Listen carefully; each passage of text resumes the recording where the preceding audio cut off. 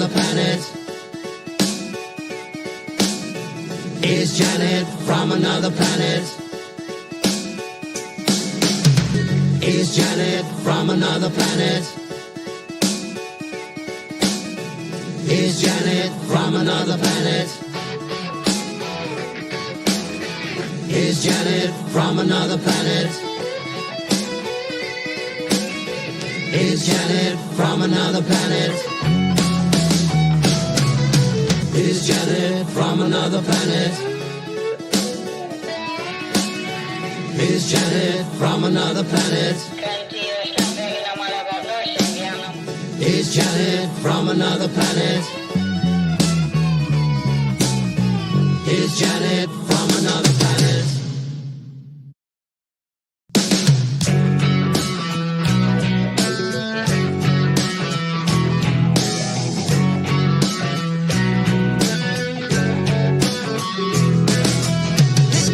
Is Janet from another planet? Is Janet from another planet? Is Janet from another planet? Is Janet from another planet? Is Janet from another planet? Is Janet from another planet? Is Janet from another planet? Is Janet from another planet? Is Janet from another planet? Is Janet from another planet?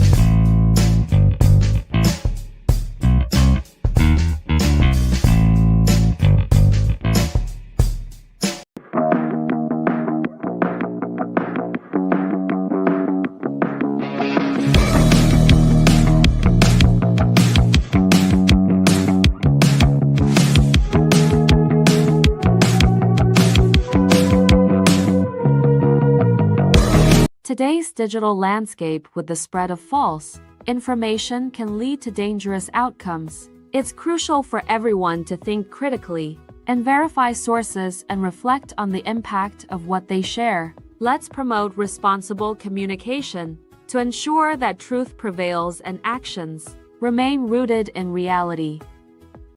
The opinions you're about to hear on this show are strictly those of the panel. The following program is rated TV MA LSV. It contains strong language, sexual situations, and violence. It is intended only for mature audiences. Hello, everyone. Thank you for joining me on the Friday Night Shit Show. So, for people who have nowhere else to go, like me, I guess. But yeah, there's always shit to talk about every Friday because there's always going to be shit in the world. I mean, even no matter what happens, it's going to be good shit or it can be bad shit.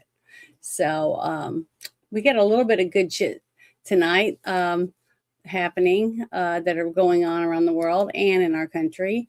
But first, I want to say hi to everyone in the chat and say hello. Hi, Jackie. I really appreciate you. I know you got to go to work here in a little bit, but I appreciate you stopping in. And I wanted to share the Gmail address for the Friday Night Shit Show. So if you have anything that you think is important that you think we should share, send me an email. You know, I really try to respond to all of them unless it's spam. But thank you for sending me stuff. But yeah, there we go. That is what we need is just thanking everybody for joining us tonight. But hello, Lloyd Christmas. I really appreciate you stopping in. I hope you're having a good night. Hopefully it's not going to be too much bad shit. I want a lot of good shit tonight. So, but thank you for stopping in. I really, really appreciate you. I hope you know that, right? But I'm going to start off with this good news because we don't get it very often. And we've been trying to get this person out because all she did, at least that's what she felt, was trying to tell the truth about that she felt was election interference and some people doing things they shouldn't be doing. And she tried to get people to see what she'd found, and she ended up going to jail because of it. So I found this, and I thought it was pretty good. It says that Colorado Governor Jared Polis has now confirmed that he has commuted Tina Peters' sentence, saying he believes the election whistleblower's free speech rights were violated. So he held her speech that says the judge held her speech against her.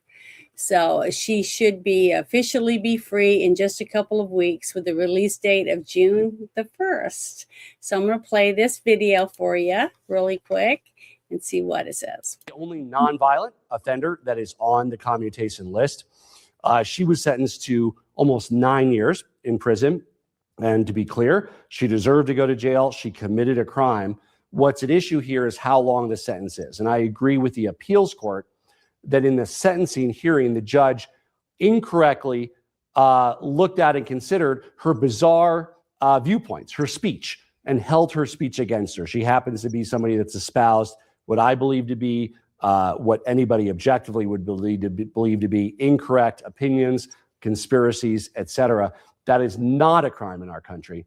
What is a crime is, along with two other co-conspirators, one got 6 months, one got parole only, accessed after a municipal election, election computers to download software for an independent audit prior to the software being updated. That is the crime. There were 4 felonies. Those felonies will stick with her. She's a convicted felon.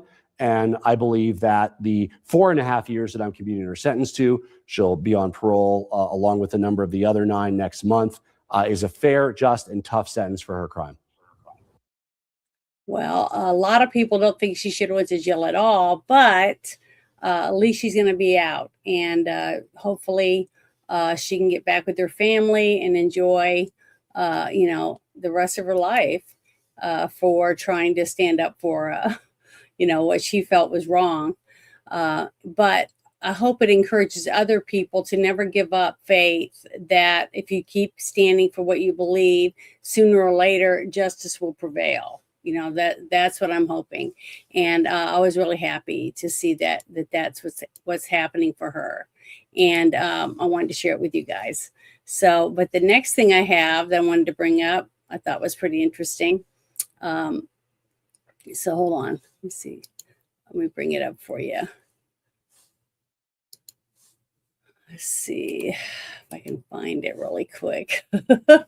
Number 21. Okay. I don't know how I do this every time I get them mixed up. I have no idea how. But okay, here we go. I thought this one was pretty interesting. So I'm going to share it with you. And hopefully you guys will think is interesting as I did. It was funny too, also, because there's a lot of stuff going on with the California guy that's running for office. And I had someone share this with me, and they told me to share it because if we can get enough people to fly to California, in time for the election, that maybe they could help out from other states or whatever. So I'm going to play this for you so you guys can hear it for yourself and make sure it's turned up.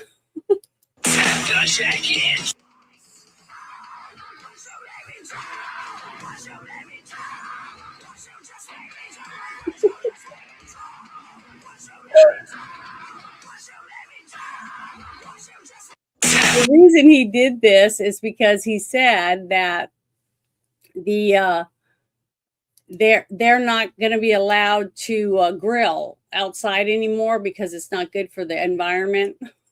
So that's why he wanted to do this.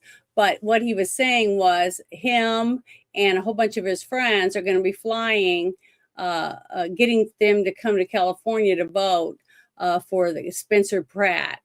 And they said that, you can come and vote because you don't have to have ID.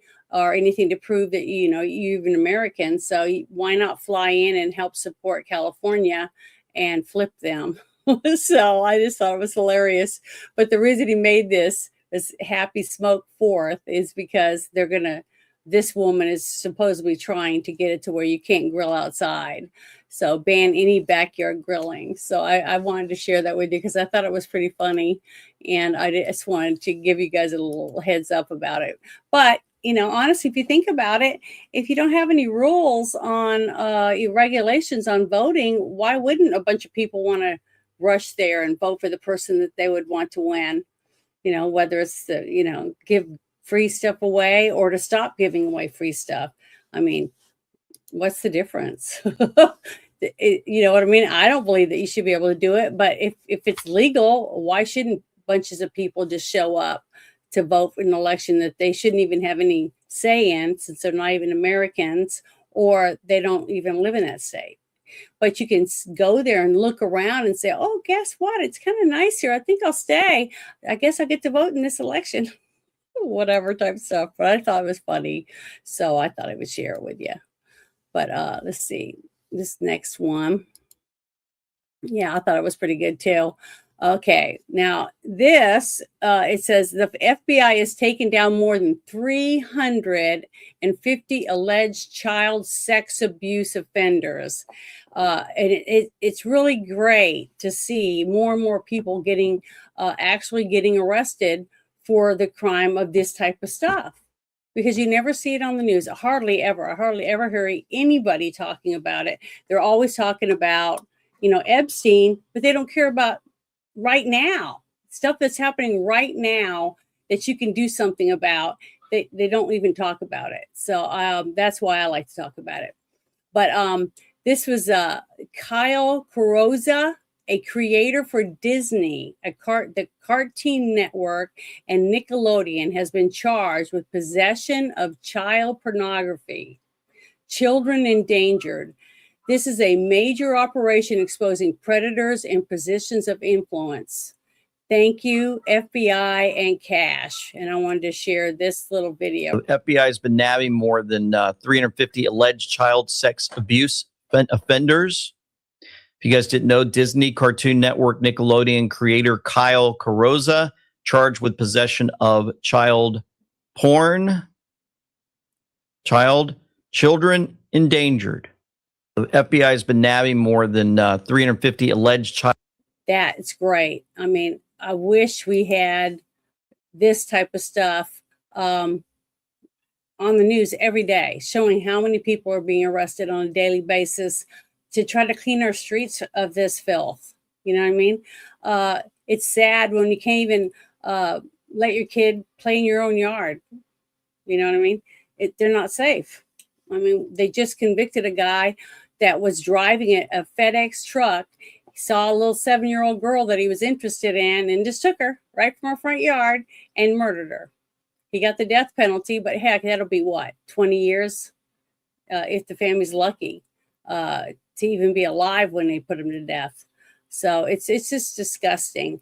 And I want to see as many of these people behind bars as we could possibly get. But one thing I wanted to share, I'm going to copy it and put it in the chat really quick. I try to do this every time. And I'm hoping that. Put it in the chat really quick. And then I'll read it. I just want to tell everyone that if you're having, you or someone you know is experiencing suicidal thoughts or a crisis, please reach out to the Suicide Prevention Hotline at 800-273-8255 and or text HOME to the crisis text hotline at 741-741, and they're free and confidential. I want to say that because a lot of people don't even realize that there is somebody out there that will listen to them and help them out. So I like to start that off with it that way. But let me bring up this next article. Let's see. I think this is it. Yeah. Okay. This was funny when it came to me because it happens every so often where we get to see a person that's on this giant news cycle over and over again, talking about their kid that died in a shooting, or their kid that died at this other school shooting in 3 or 4 different states away from each other, right? And it's the same person portraying this character, and we've seen that a few times. Well, this guy right here that David Harris Jr. shared on his Instagram account, he said, "So you're telling me that the guy promoting the jab during the pandemic is the same guy that posted the video on the cruise ship with the hantavirus, or however you pronounce it." But what's funny is, if you watch it, tell me if you think it's the same guy. So I'm going to make it bigger so I can share it. But here we go. Watch this. Now, I've heard of recycling bottles and cans, but I've never heard of recycling COVID crisis actors for hantavirus. Check this out. Gorgeous, gorgeous girls get vaccinated. Gorgeous vaccinated girls get boosted. And gorgeous boosted girls get boosted again if you're eligible. I normally wouldn't make a video like this, but I feel like I need to say something, so I wrote a few things down. I am currently on board the MV Hondias, and what's happening right now is very real for all of us. Now, I've heard of recycling. So to me, it sure looked like the same person. I mean, honestly, it did. I'm going to share the link in the chat for everybody. And if you think it's the same person, share it with everyone else. So people don't get duped again by thinking because there's a paid actor telling you it's true, that it's true. That doesn't mean it's true. You see what I'm saying? So yeah, let's I'm going to share that one in there because I think it's a really good one to share. But yeah, it's pitiful that that kind of stuff happens, and it shouldn't, because it makes people start to believe when there's something real. You know, yeah, is this another one of those fake whatevers? And you know, it's sad that people even have to think that, because we shouldn't have to think anything like that ever when it comes to our health or our family, to, you know, for us to worry about whether or not they're safe. And it's terrible that anybody would put us in that situation. So here we go. This next one is all about, you know, the whole COVID thing, because that's one reason why I wanted to open it with that dumb little guy talking about a brand new virus that's supposedly going to be sweeping our country, and for everybody to be panicking and staying at home. So I hope you guys aren't going to fall for it again. But this is another one about a CIA whistleblower who has now testified before the Senate, and about the lab leak theory, and that it was deliberately covered up, and that Anthony Fauci's role was intentional. So I'm going to play this for you, and then I'll share it if you want it later. Fox News alert, Anthony Fauci's in big trouble. The little man in a lab coat got a lot wrong and never fessed up to any of it.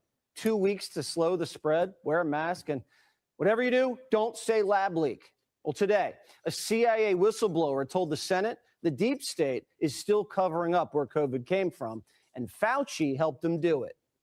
Intelligence community leaders and senior analysts downplayed the possibility that the COVID pandemic originated as a result of a lab incident. Dr. Fauci's role in the cover-up was intentional. But the cover-up didn't start in 2020. It started in 2015, when Fauci had his own scientists change the rules so he could keep funding gain-of-function research, the kind that was happening in Wuhan. Fast forward 4 years, October 2019, the CDC, Johnson & Johnson, and the former number 2 at the CIA teamed up with Bill Gates' foundation and the World Economic Forum to war game a fake coronavirus pandemic, just for fun.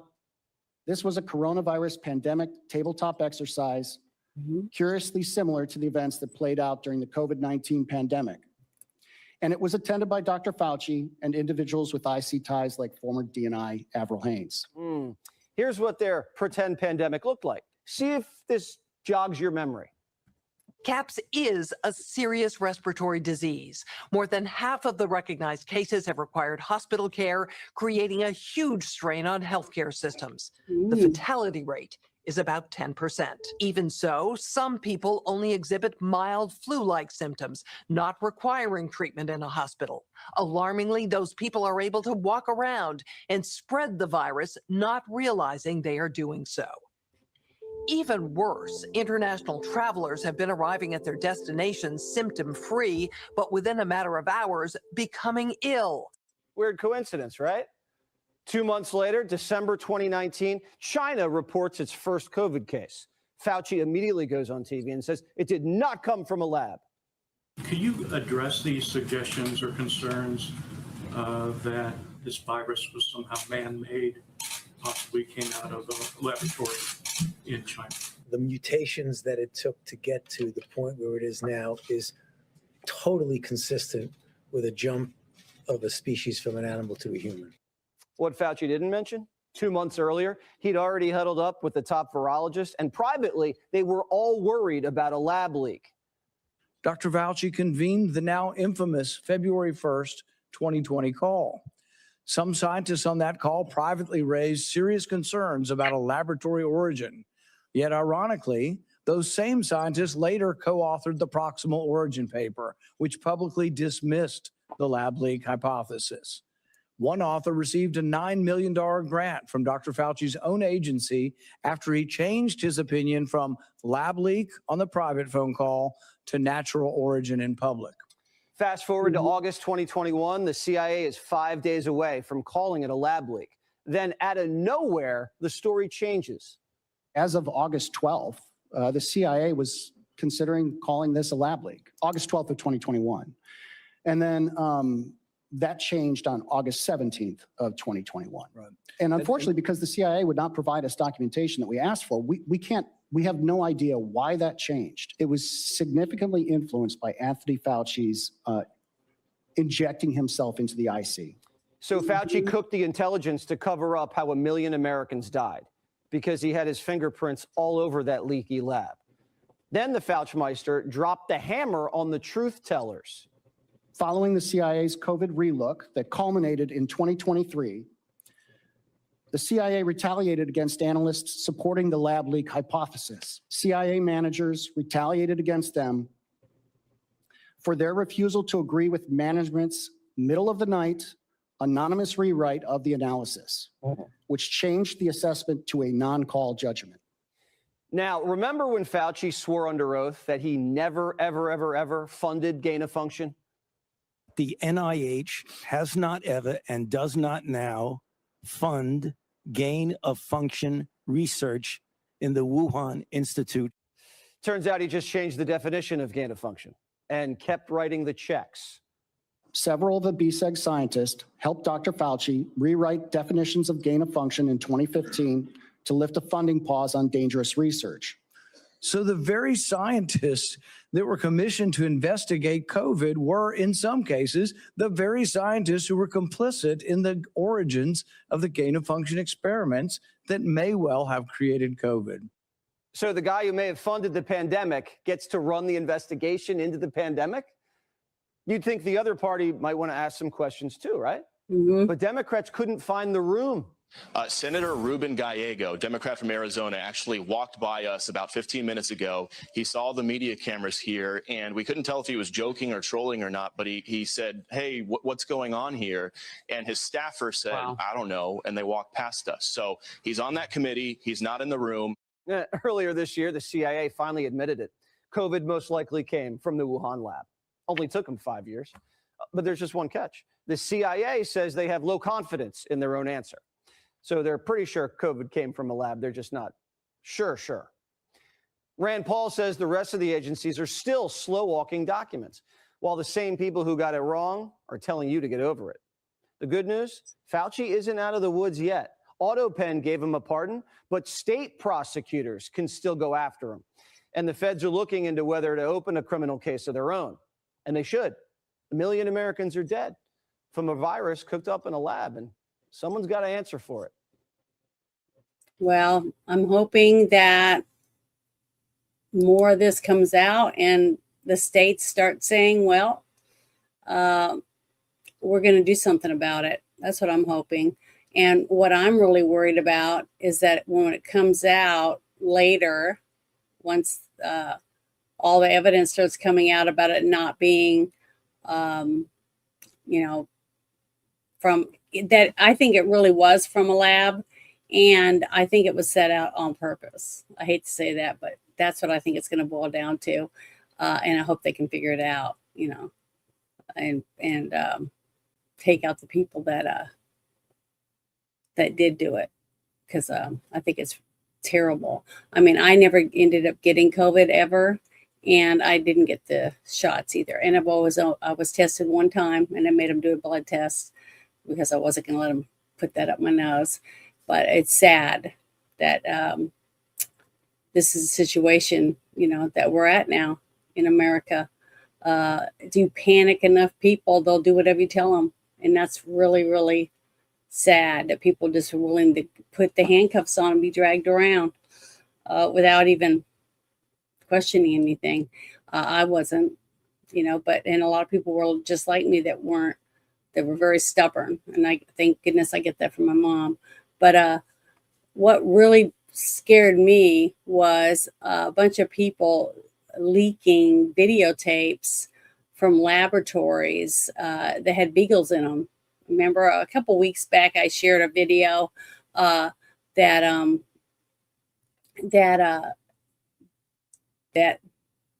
they let a whole bunch of beagles loose, that they were able to get all the beagles and let them go. And the reason they like to use beagles is because of their temperament.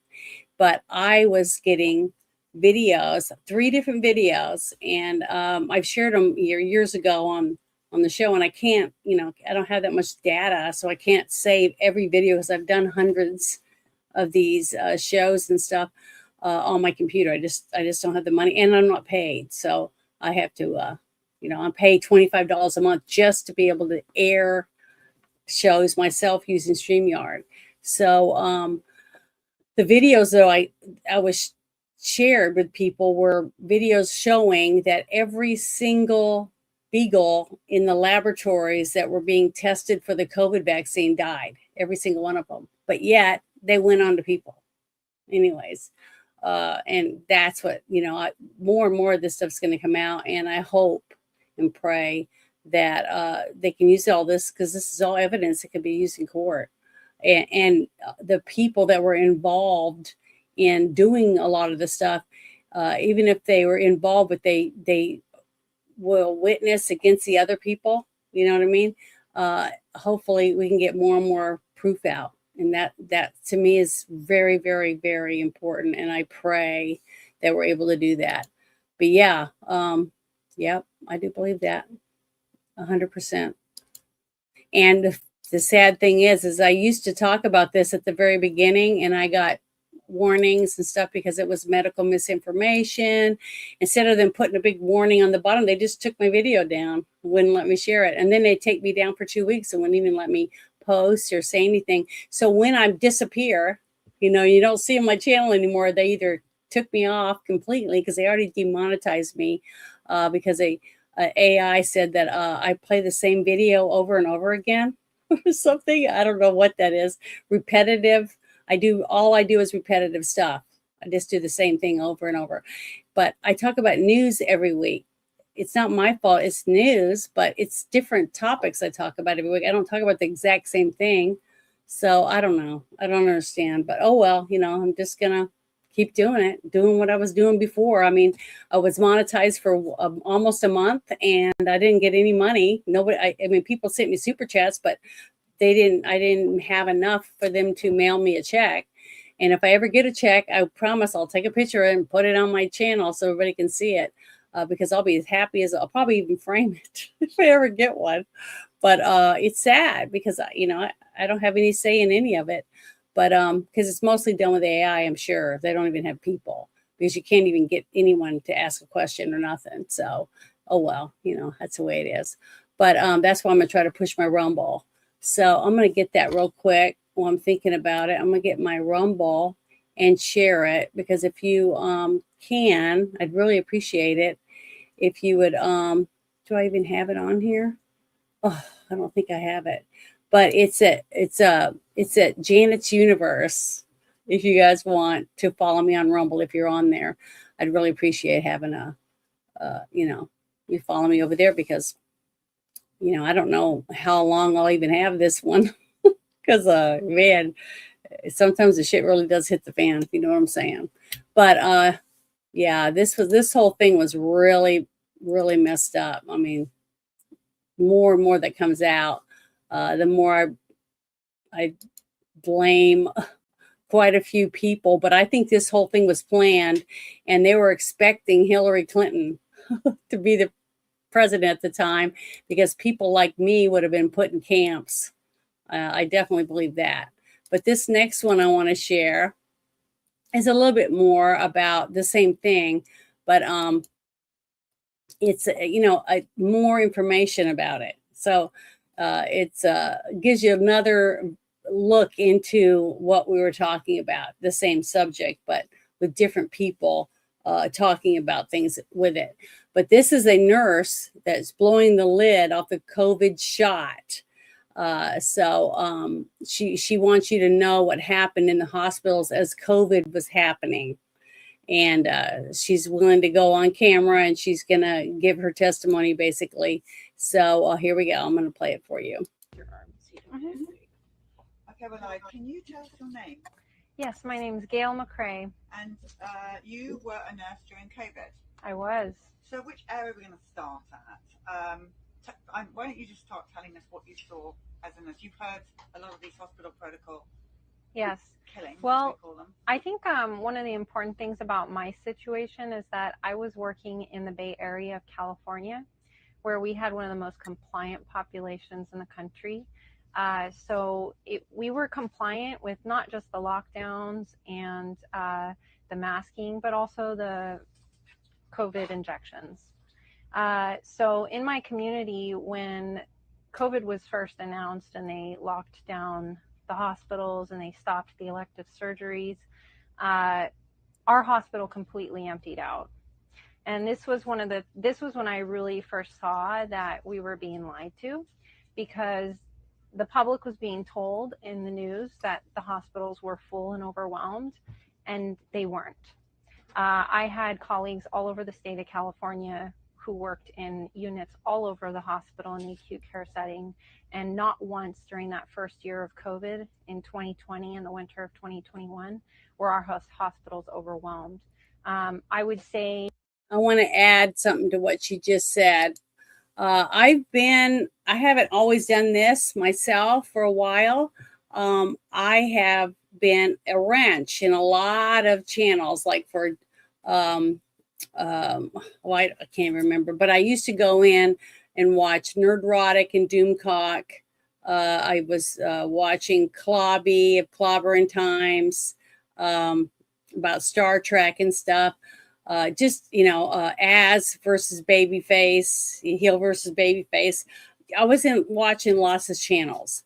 And during that time, there was other smaller channels that I liked, a lot of people in, and there was a few of them that were able to get money and go to some of these hospitals, these big hospitals, to see these scenes that they were showing on the news, how they had all these people on gurneys in the hallways and all this type of stuff. Well, I had 3 or 4 friends in different states. I went to the biggest hospitals they had, and it was like a ghost town. It was like the same people, 3 or 4 people in there with the sniffles or whatever else. It was not a pandemic like they were trying to make it look like, to make you all freak out. Okay, because I hardly ever wore a mask, and I traveled between New Orleans and Arkansas, back and forth for work and for my families and stuff like that. So, I didn't see it, and I traveled the whole time during COVID, and I hardly saw anyone in the rural areas masked up and gloved up and, freaking out and running around. So I don't know.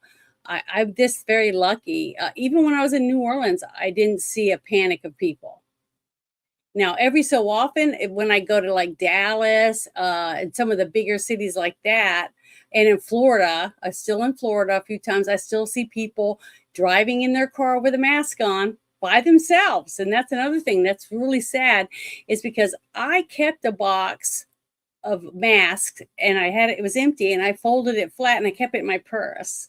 And whenever I would go somewhere and they say, well, you need to wear a mask, and I say, why? And they say, well, it helps prevent the spread of the virus. And I go, no, it doesn't. And they'd say, and I go, give me your manager. So when he'd come, I'd hand him the box. I said, would you read this box? He goes, I know what it says. And I said, well, what does it say? So that your employees know. Okay, because it says it does not stop the spread of a virus. And I said, what helps most is this: washing your freaking hands and keeping them from your face. So that's the kind of stuff I did. And so I got a lot of people that didn't like me, but guess what? They let me shop in their store. But people would walk around me like I was some kind of, freak. It was going to make everybody sick. And I never got COVID, but I wash my hands because I have allergies. Okay. I have real allergies. So I could put my hands on a cart. And if somebody had lotion that had sulfur in it, I could get a real bad rash where my fingers would swell up and stuff. So I always carry wipes and cleaner and stuff like that. And I try not to be touching my face all the time. Just because of dust and debris and dander, just all kinds of things. So it was just really sad to see so many people freaking out over it. There was, during the winter of 2020 and 2021, when this happens every year, people come in with the flu and the hospitals fill. It happens every year. It's been doing that for the whole 12 years I've been working in the acute care setting. So it was not unusual. We were not overwhelmed, and the public was being lied to. So that really opened my eyes to the fact that there were things going on that shouldn't have been going on. And then with the rollout of the isolations, they also started the COVID protocols. And I didn't notice right away the harm of these protocols until I had to tell family members that they couldn't come to the bedside of their dying loved ones. That to me was a crime against humanity and a violation of my oath that I knew right away should not have been happening. We isolate people in prison.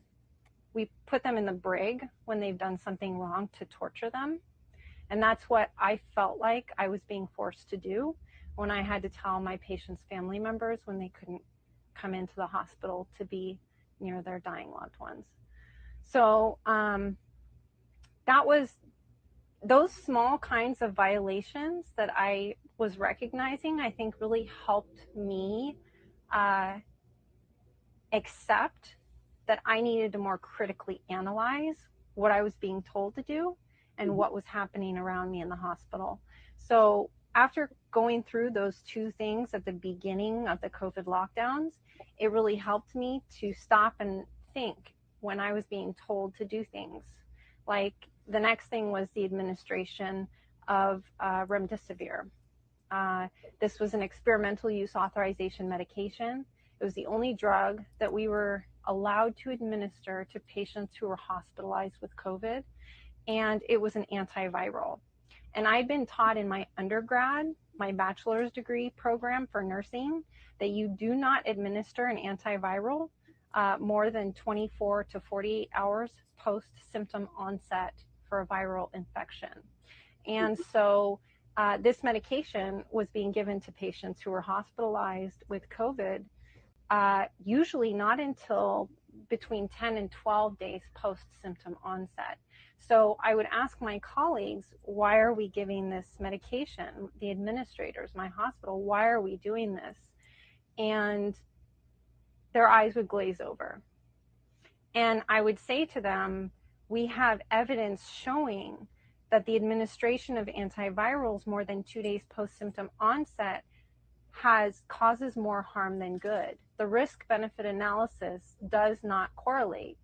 And in addition to that, this was an experimental use product.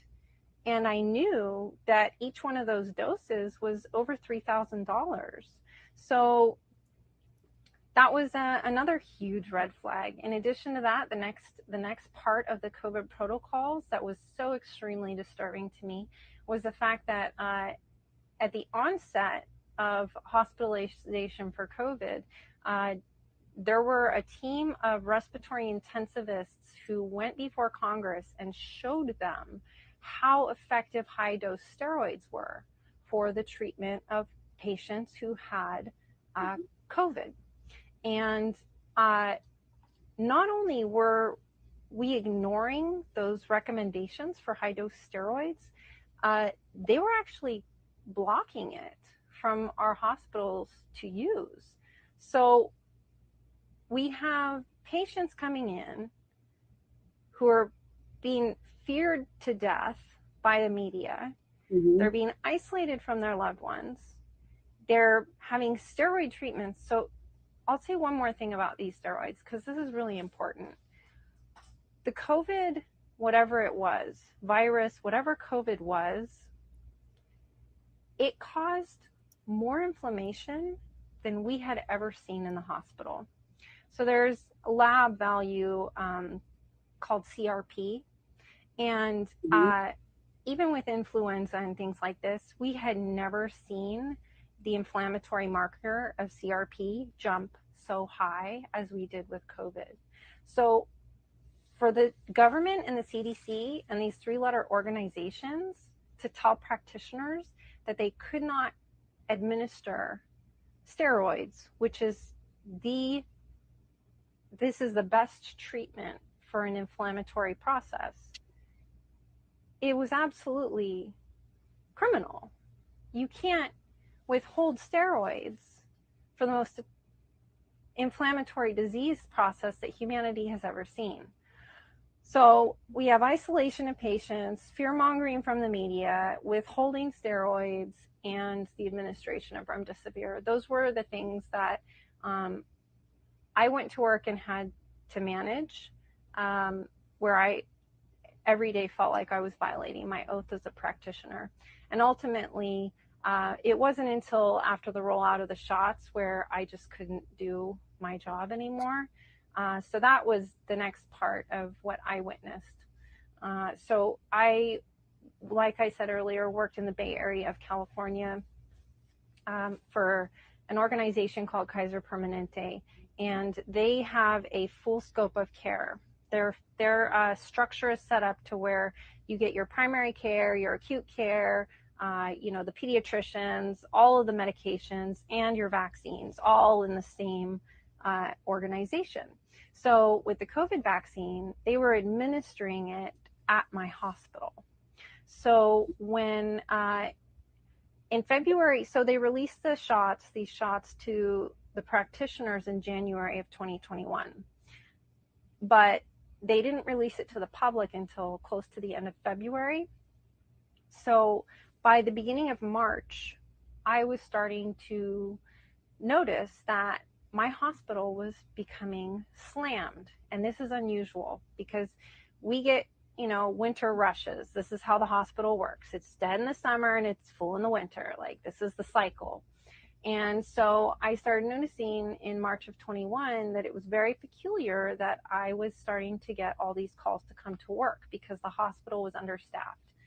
And it did not stop. I was in graduate school at the time for my double nurse practitioner degree. So I would do 3 weeks at the hospital and then I'd take some time off and study for my schooling.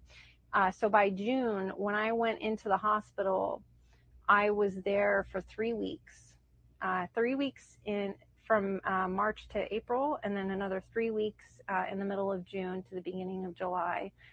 And I was working nonstop. I would work doubles basically every single shift. I was getting phone calls 3 times, sometimes 4 times a day to come to work because they were so understaffed at the hospital. And then in June, my manager approached me and he said to me, Gail, this hospital has had 3 times more admissions than we have ever had since the hospital opened their doors. So that's a 300% increase in hospitalizations directly associated to the onset of these shots. So, do you mind me asking what you were seeing? Were you seeing heart conditions, blood clots, or were yes. you seeing COVID? So, and this was actually, so during that week, it was the end of June, it was around the 28th of that month when my So that was basically everything that she was talking about, because she wanted to share what she was seeing. So basically, she's just asking questions about, what, more details into what she said she was talking about. But the thing is that she saw all that and she knew it was wrong. She knew what they were doing was wrong, but she didn't really know what to do about it.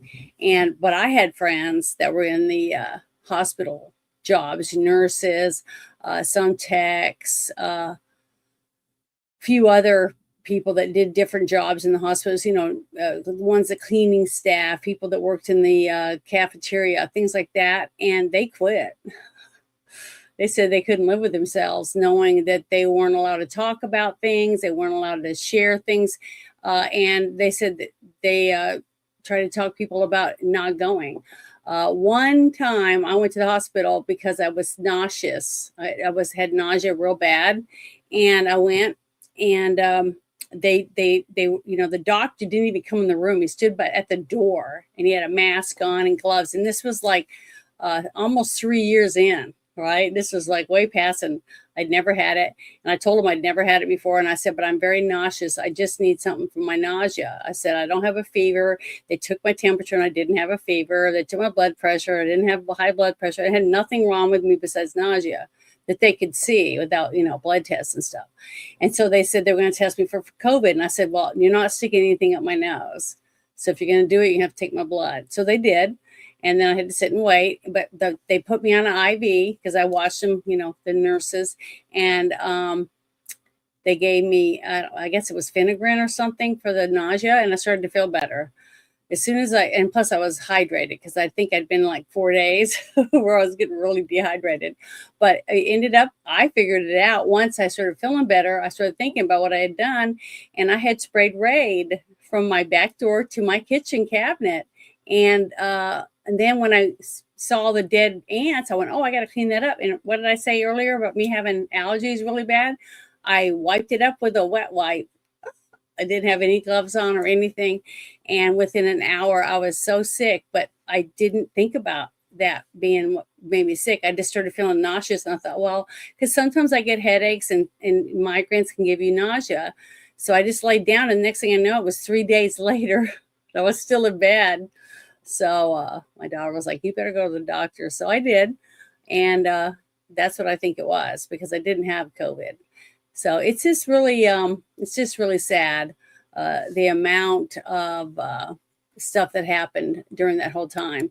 And I shared that link in the chat with everyone so that you could listen to that nurse or share with other people, because to me, that's what's important, is sharing the information that other people have tried to share with me. Okay, so that I can share with my sisters and my family and any other people that I might know. And I do spaces, so I share a lot of stuff in spaces on X.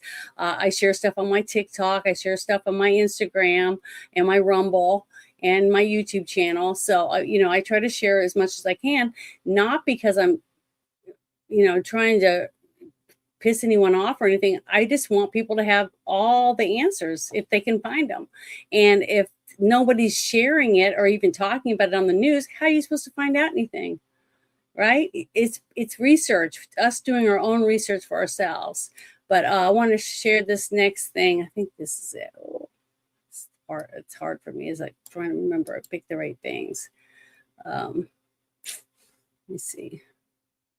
Yeah, this is it. All right. It opened. And I just thought it was interesting. I'm going to play it for you. But it was the whole thing. This was sent to me too. It's from Fox and Friends. It says, Burner phones had to be deployed and destroyed completely by U.S. delegation members traveling to China with President Trump to survive Beijing's extreme espionage threats. This woman here, that she's got her, this is Ashley Earnhardt. She said, I have sources that are on the plane. They had to leave their American phones and turn them off. They did not take them into China, or if they did, they left them on the planes. All of the Americans were using burner phones, and they had to destroy them and leave them in China.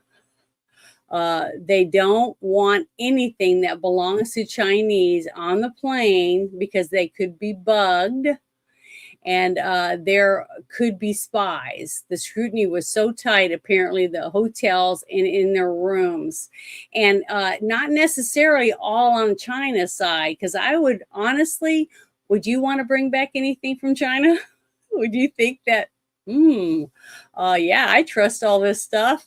I don't trust their stuff. I'm going to play the thing in a second. But one of the reasons, the first thing that popped in my head when I got this and was reading it was, remember, I think it was not last year, but the year before, when all those pagers in one of the countries over there that's battling with, Israel, started exploding. They had a pager here, bam, and the pager there. They pick it up to look at it and blows up in their face and all that, because they had something in each of these, right? Some type of explosives in there. That's why I just wouldn't risk it. I wouldn't even go. Honestly, I don't. I was worried that Trump was even going, because I was like, I hope he doesn't eat any food there. I mean, I wouldn't even shake anyone's hand. I'd be petrified that, because, to me, the Chinese are willing to kill half their people if they have to get what they want. So put poison all over them, and they have the kids come up and hug them. The kids are poisoned and everybody's poisoned. I don't know. I'm just paranoid, I guess. But to me, it was really, really scary, the whole event. But let me play this real quick. I have sources that are on the plane too, and they had to leave their American phones, turn them off. They did not take them into China, or if they did, they left them on the planes. They turned them off. They didn't use them. All the Americans were using burner phones, and they had to destroy them and leave them in China. They don't want anything that belongs to the Chinese on that plane. Because they could be bugged. There could be spies. They had to check their security. The security was so tight, apparently, at the hotels and in their rooms, and they did do all the sweeps before the Americans went over there, especially the president's room. So I have sources that. So that's pretty good. I'm really glad that they were that strict, and I'm really shocked that you didn't have a bunch of reporters getting off the plane bitching and moaning. I couldn't take my phone. I couldn't get, complaining that they couldn't take stuff or whatever. So to me, to be invited as a reporter to fly on Air Force One and get to go and do all of this stuff, I wouldn't want to do it, because I don't want to go to China. But the thing is, you'd think they'd be thankful for it, because that's like a story of a lifetime. I mean, what reporter wouldn't want to fly on the president's plane and get to give him an interview, whoever the president is? You know what I mean? So, I was really surprised that we didn't have any gripers, but I'm glad we didn't. I mean, it was really, really nice to actually have somebody that wasn't a crybaby on the plane as a reporter. But yeah, I just thought that was really interesting. And that's what I tried to look up. I tried to look up mostly stuff about Fauci, the COVID stuff, and China, because that's what most of the news was going. And I put in a few things, like rescuing children, or arresting a bunch of pedophiles, stuff like that, with child porn on their phones and things like that. And that was a guy that worked for Disney and Nickelodeon and stuff. I was like, God. So I had to share that. I'm always going to share that kind of stuff. But this next thing I want to share, some more of the same stuff, but I think it's really good. But here we go. I like Glenn Beck, though. I like a lot of the things he said. And I can remember when he first quit his job at the, I don't remember if it was CNN or whatever channel that he worked for. I can't remember what it was. This is Jamie Raskin. Okay, hold on. But the thing is, I was really impressed with this guy. And after he left that one network and he started at the next network before he made his own, I think it was Fox or wherever it went to, he said, "Oh, it's so good to be able to actually tell the truth." I was like impressed by him that he was brave enough to come out and say that.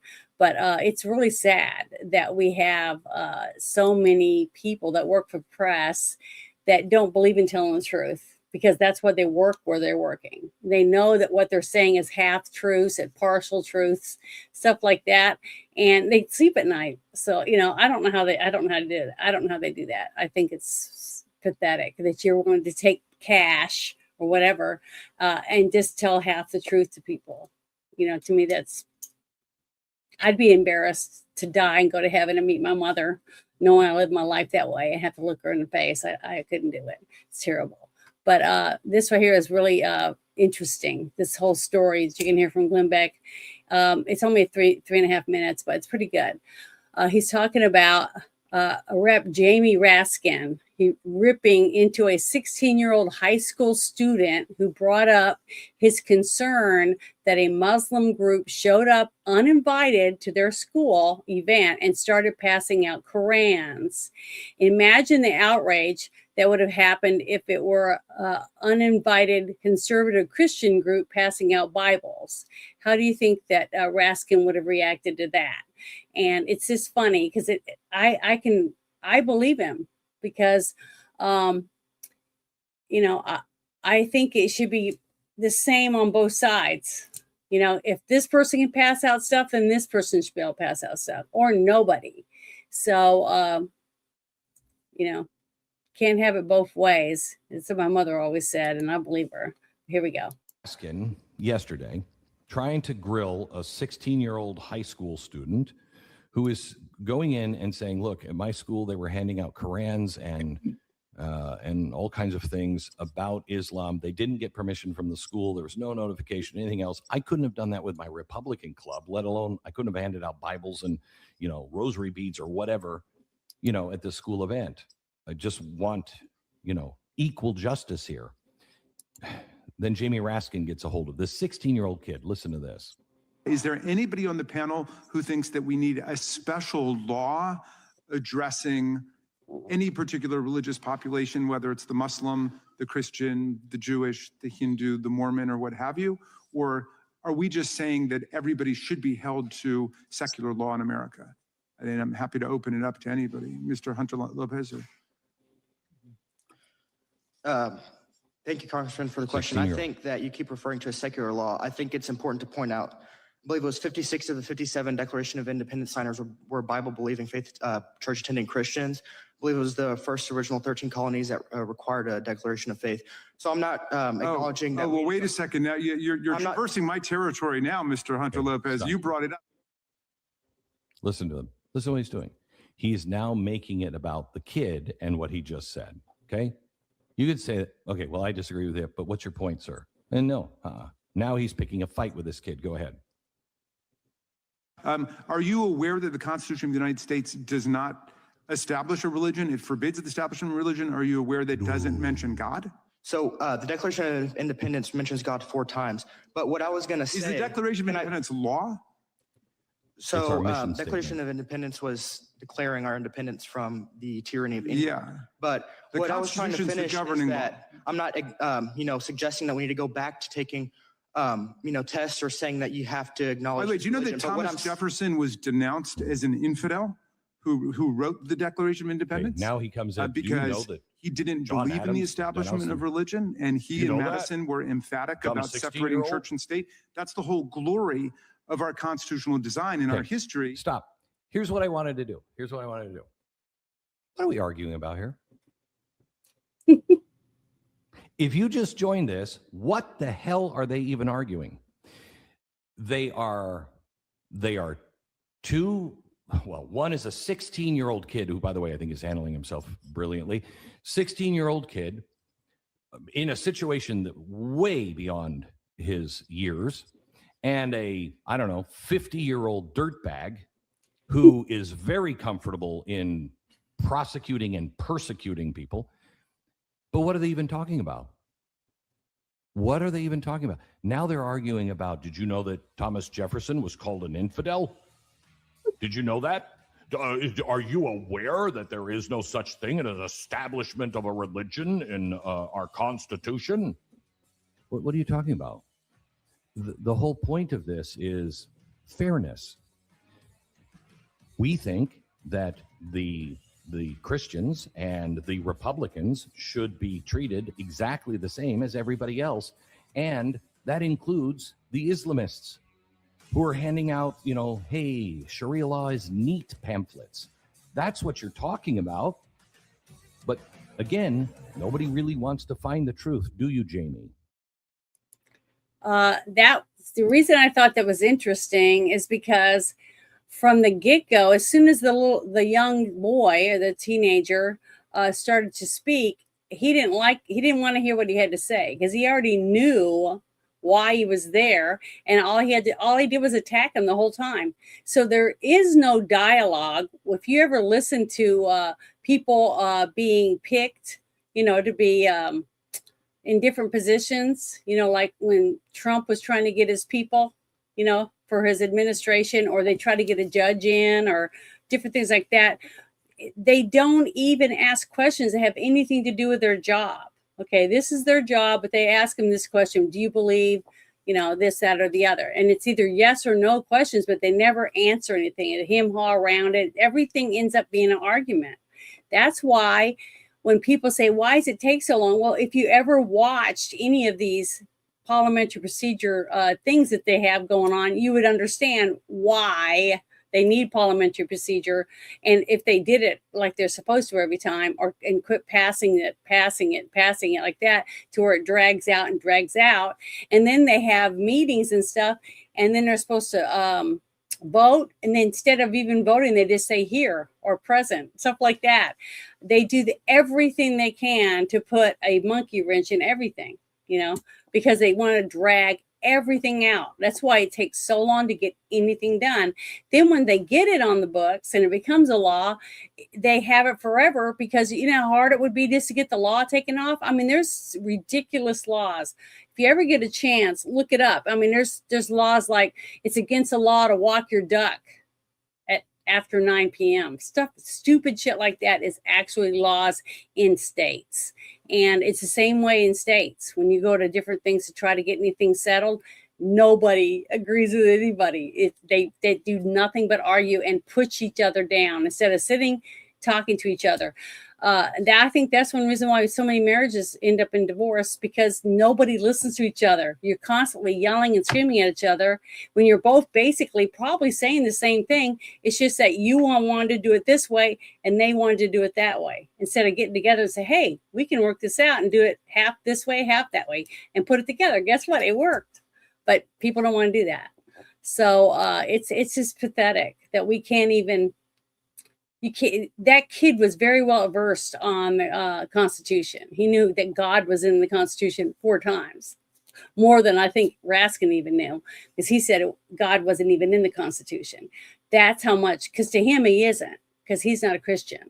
So, and the fact is that, guess what? If you're a Christian, any of you out there are listening and you're a Christian, guess what? To a Muslim, you are an infidel. Period. So that whole thing that he brought up was just dumb, just something dumb to drag it out and waste that kid's time, because he only has a certain amount of time that he's even allowed to speak. But if he can't speak, because the whole time the guy's talking over him, nothing happens, nothing changes, nothing gets fixed, because they waste your time. That's what they do. So it's pathetic. It really is. That's why it's really important that you look into whoever you're going to vote for and actually have a conversation with them. Go to different events and get to talk to them, ask some questions, because then you actually know what you're getting. People can say whatever they want in a commercial because they're not even having to speak to a real person. It's just plastered all of it. And then you got to pay millions of dollars to get it on TV. And I don't even watch television. This right here, this is it. This is my life right here, basically. This is my social life. is that I pay too. I pay to do this. I pay $25 a month just so I can have streaming service, and then I stream. And if people want to listen to me, fine. If they don't, so I'm fine with that too. You know, it's just like click, click, click with a clicker. You can change the channel and do whatever you want to do. But I'm not going to tie you to your chair and force you to listen to me. But that's what these people would like. They would love to tie you to your chair and force you to have to do whatever it is they're telling you to do, because they treat you this way, that they know more than you. They're smarter than you. They know better what's for you than you know for yourself or your own families, because you're too stupid to spend your own money and keep going to work and take care of your own families, right? Because they're smarter than you and they know how to make your life better. So, and take your money that you worked hard for and give it to someone else who doesn't work. Or just walked over the border, hasn't even put in a dime. Yeah, that sounds like you really care about me. So forget it. I'd rather take care of myself. That's how I look at it. But yeah, it's pitiful. And I know I went on a rant, but I can't help it. Oh well, too bad. That's the way it is. I just get fed up because I just think it is so ridiculous, and I can't understand why other people don't see it. So here we go. Let me bring up this other one. I think this is it. Let's see, make sure. I think this is it. So let me open it and we'll look. I'm pretty sure it is. Yeah, this is it. This was interesting because earlier I played the thing from China talking about how you couldn't take your own phone and not to bring anything back with you from there because I mean, honestly, you buy a nice outfit, but it could have a bug in it, sewed into it. They made it, months ago, waiting for you to show up to buy something. So as soon as you put it on, they turn it on or whatever, and you're wearing this beautiful outfit, not realizing they're listening to everything you're doing, where you're going, everything. So I don't hardly buy anything. I try never to buy anything made in China. I know it sounds terrible, but I just don't trust them. So, but I thought this was interesting. He's talking about actual heated physical clashes erupt between agents who refuse to give up their weapons. So I just wanted to play this for you. I thought it was pretty good. Been some heated and physical clashes between the Secret Service and the Chinese police basically at the back doors of these events, including one very physical standoff where a Secret Service officer was being prevented from taking his weapon in as part of the protective detail. But things have all been ironed out. And as far as we know, the schedule has not been changed because of that. Martha. Yeah, well, it's a tense meeting. I think that is, that's pretty clear. Peter, thank you very much. Been some heated. I thought that was pretty interesting because since I don't watch the news, I didn't even know about it. It was because someone else, shared it with me that I knew about it. But I mean, heck, I'm telling you right now, if you're on few apps and you just go to them a couple times a day, you can get all the information you want. And usually you're getting stuff that they don't even put on the news. You won't even hear it on the news ever. So it's like, because you've already have one of the best ways to get information. From X is one of them. I mean, honestly, I hear stuff on X faster because I follow so many different people, and I try to check my timeline and stuff. And plus, I have so many DM groups that I'm in. I get tons of good stuff. I mean, tons of good, honest information.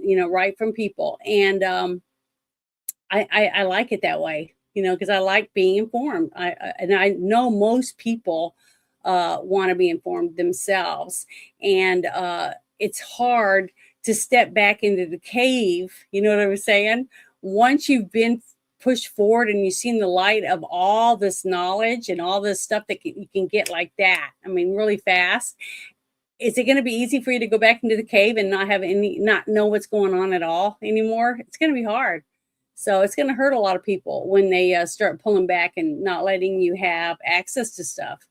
So that's when you have to go underground. That's why so many countries have underground systems where they know they'll get arrested if they get caught with stuff. And it's sad, but thank God I don't live there. Thank God you don't live there, right?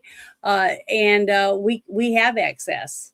But I mean, just think about it. In Europe right now, if you said something about somebody because they came up and asked you for a date, and you said no, I'm not interested, and they get mad at you because let's say they're transgender, and they think that the reason you said no was because they were transgender, but you didn't know they were transgender. You did because you're married or whatever your reason why, but you didn't know. Guess what? Next day, the cops come and they arrest you because you said something mean to a person and you didn't call them by their right, whatever name or whatever it was. So it's pathetic, that's how it is. But it could come here one day if we don't stand up and fight for what we deserve, which is our rights. That's what our Constitution's for. We already went through this. We're the youngest country in the world, and we fought for these rights. People died for us to have these rights. I'm a military brat, so I can help it. I'm a real big supporter of the military, right? And I support my veterans. They did their jobs, and because they did their jobs all through our country's timeline, we're free. We can own weapons. I have multiple weapons. I've taken tons of classes for it. I do all that, and I've never had to use one. Well, I've shot a couple raccoons and a few other predators, but I've never had to use it against another person, and I pray I never have to. But I deserve to have the right to do it if I need to, because I can't, where I live, I might not be able to have a police officer get here in time, which I doubt they would. In the rural areas of, in Hillbillyville, it's really hard.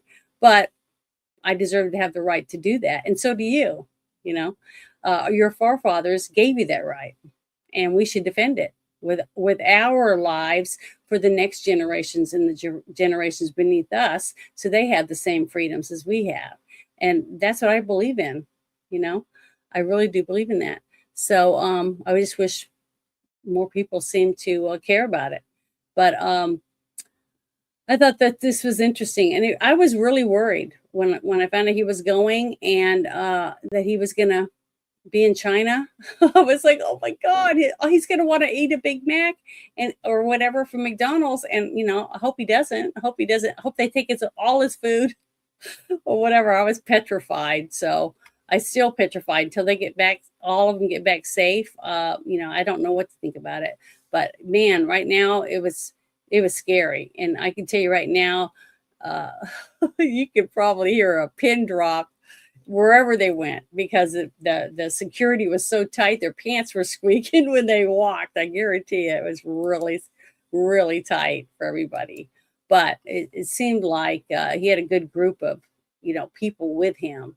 I'm talking about the reporters and stuff, because they seemed like they adjusted pretty well and they weren't all like, throwing tantrums and shit. Because you always see him, that's a dumb. He's pointing at all the people all the time doing that. I love that, I think it's great. But I'm going to share this next thing. Hopefully it's the right one. Okay, let's see. Get this up here.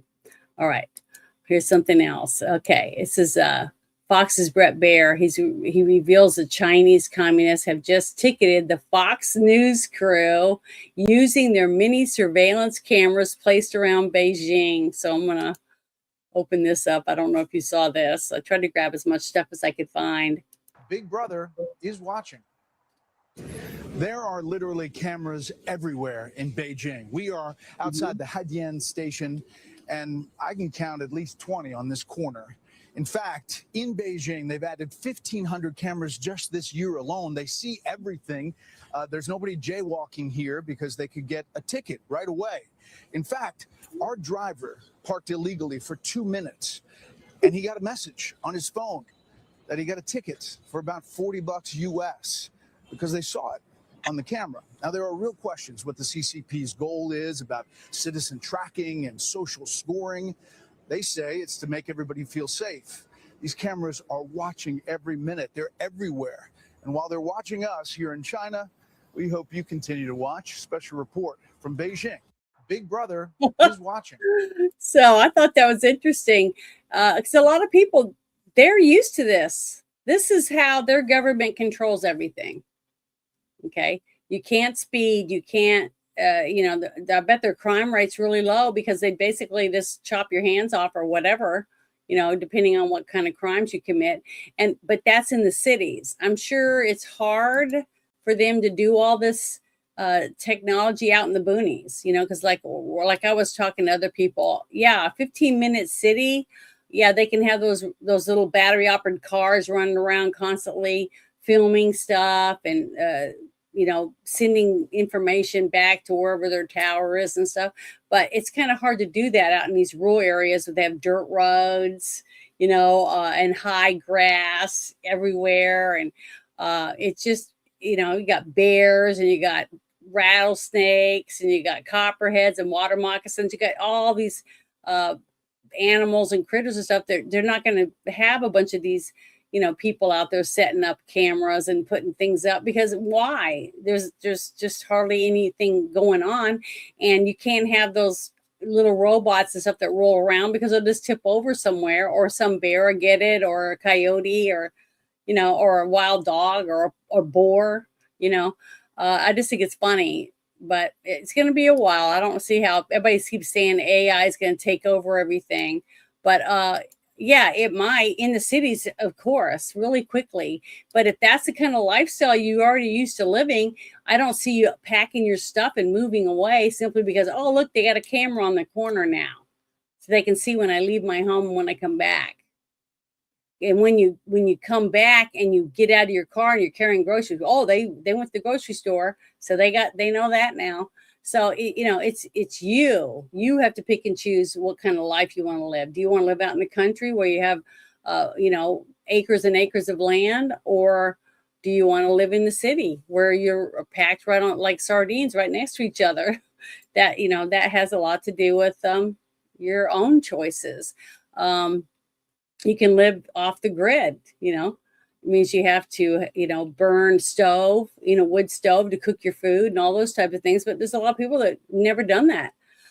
There was a woman, I remember, I brought this up a million times, but when I was young, I remember my dad, because my dad was a jungle survival instructor, and I was his middle daughter out of 5 daughters, and I was his tomboy. So I went everywhere with my dad, fished, hiked, camped. I squirrel hunted, I deer hunted with my dad. I've done all kinds of stuff. But the thing is that I can take care of myself. I can tell you right now, I can go out and shoot a squirrel, and I had to clean it and how to cook it and I had to eat it and try not to get any buckshot or whatever. But the thing is, I can do that. So if I won't want to do it, I'd like to get my nails done like any other girl. But if I had to survive, I think I could. I know how to get clean water. I know what kind of grasses I can eat in the woods. If there's certain barks that you can eat, there's tons of stuff to eat. If the summer, but in the wintertime, you have to have other things already prepared, or you have to know how to ice fish and how to trap animals, things like that. But you also still need vegetables, what roots that you can eat, things like that. So, a lot of people aren't going to survive. But I remember when I was a young girl, and I remember my dad and my mother talking about this woman they found that was gone for a week, and she was near death because, you can only go so many days without water, and she was severely dehydrated and stuff. And my dad was talking about the woman, and my mom got mad at him because he was talking about how dumb she was. And my mom was like, you can't get mad at her because she didn't understand how to survive. And he said she was found near a creek, yet she didn't drink any water. And when they asked her why she didn't drink any water, she said, I didn't have a cup. So what I'm saying is a lot of people are not going to survive if we ever get into a situation where you have to be able to live out there to take care of yourself, because they're so used to going Uber Eats, or, just getting stuff, someone else cooking it. And most of it's not even real food anyways. It's all like stuff I wouldn't eat. And I don't eat that kind of stuff, a lot of that at all. I don't go to a lot of restaurants or anything. But, I rather not. So, I go to the gym and I work out and do stuff like that, but I'm talking about, fresh water, things like that. But, a lot of people won't be able to survive. That right there is a good thing to do with your family. Take your kids and go on a week-long trip in the vacation, to a cabin out in the woods. Go fishing, have a campfire, do that kind of stuff. Hiking, maybe take a floral fauna tour so you can look at where you live or near where you live, so they can learn about the trees and the plants and things that grow around you, things like that. I don't think families do that kind of stuff enough. It's sad, but I think it's good that you do. Oh, your father was a U.S. Navy SEAL? Awesome. My dad was jungle survival in the Air Force, and that's what he did. He trained pilots. So when they crashed, wherever they crashed, how to get fresh water and how to find what foods they can eat wherever he crashed, or whether their plane went down or was shot down or whatever. But and I had loved it. I loved going and doing all that stuff. And my sisters hated when they had to go, but I thought it was great. I still love it. I still love outdoors. I love fishing. I love doing all that stuff. And it's awesome. I mean, we have a beautiful planet. We really do. And I think more people would want to help take care of it. And I'm not talking about, not letting you have a campfire and stuff like that. I'm talking about not throwing, cigarette butts out the window and plastic bottles out the window, things like that. That's what I'm talking about. Caring about it, your planet. Dog poop is not going to ruin the environment. Believe me, because animals poop outside all the time. They always have. It's same thing in the water. So it's just dumb, some of the things that these people come up with, that they feel that's what's ruining the planet. So I don't even want to get onto that subject. But let me go on to my next thing that I had that I was going to bring up. Just give me a second. Oh, I'm just not very good at pulling this stuff up. But let me pull this next one up. It's number 15. It's just hard because they always seem like they're different. Well, here we go. I think this is it. Yeah, here we go. We'll push pause. This was kind of interesting because this guy right here is a piece of shit, at least in my eyes. That's my opinion, okay? From everything that I've seen, John Brennan is, I think he's a traitor, and I hope to God that we see some justice before the end of this administration's time, for the next elections or whatever. But his involvement against, the coup, the PP dossier shit, which was, can't even talk about Hillary Clinton at all, because I'm living in a state that her and her husband pretty much tried to run the ground, and I hope they never come back here. Hope they never come back. People are so stupid to vote for people like that. But, you have to live with your past, right? I didn't vote for them ever. None of these people. They were a bunch of sickos back when I was a kid watching these people. Ooh, disgusting. But I'm going to play this for you because I want you to listen to this guy and listen to the questions that he's being asked by a reporter. I would like to hear what your justification was for supporting the dossier that was known to be false being used as source material in the second ICA. I don't know who put you up to this. Nobody put me up to this, sir. I'm here on my own. I don't know what role you played or who you are, but it's a bunch of bullshit you just passed on. Absolutely. The emails are clear, sir. The emails are clear. The emails are clear. The second question. No, I think we're going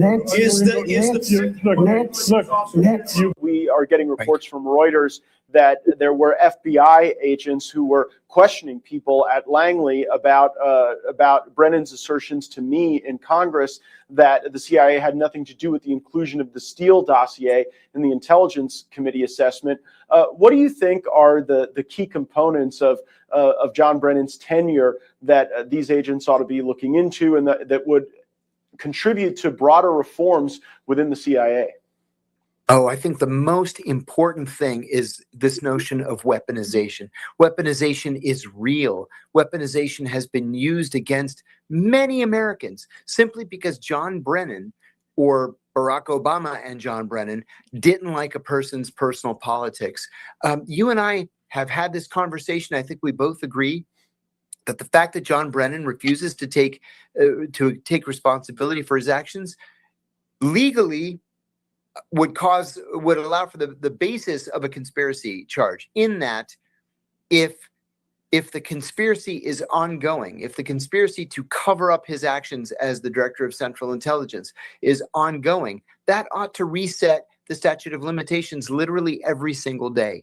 And so I think that there's a real conspiracy case here. I'm very happy that a grand jury is looking into it in the Southern District of Florida, and I hope something positive comes out of it. Positive in the respect that the American people can see that it doesn't matter how senior you are in government. It doesn't matter how important you think you are in Washington.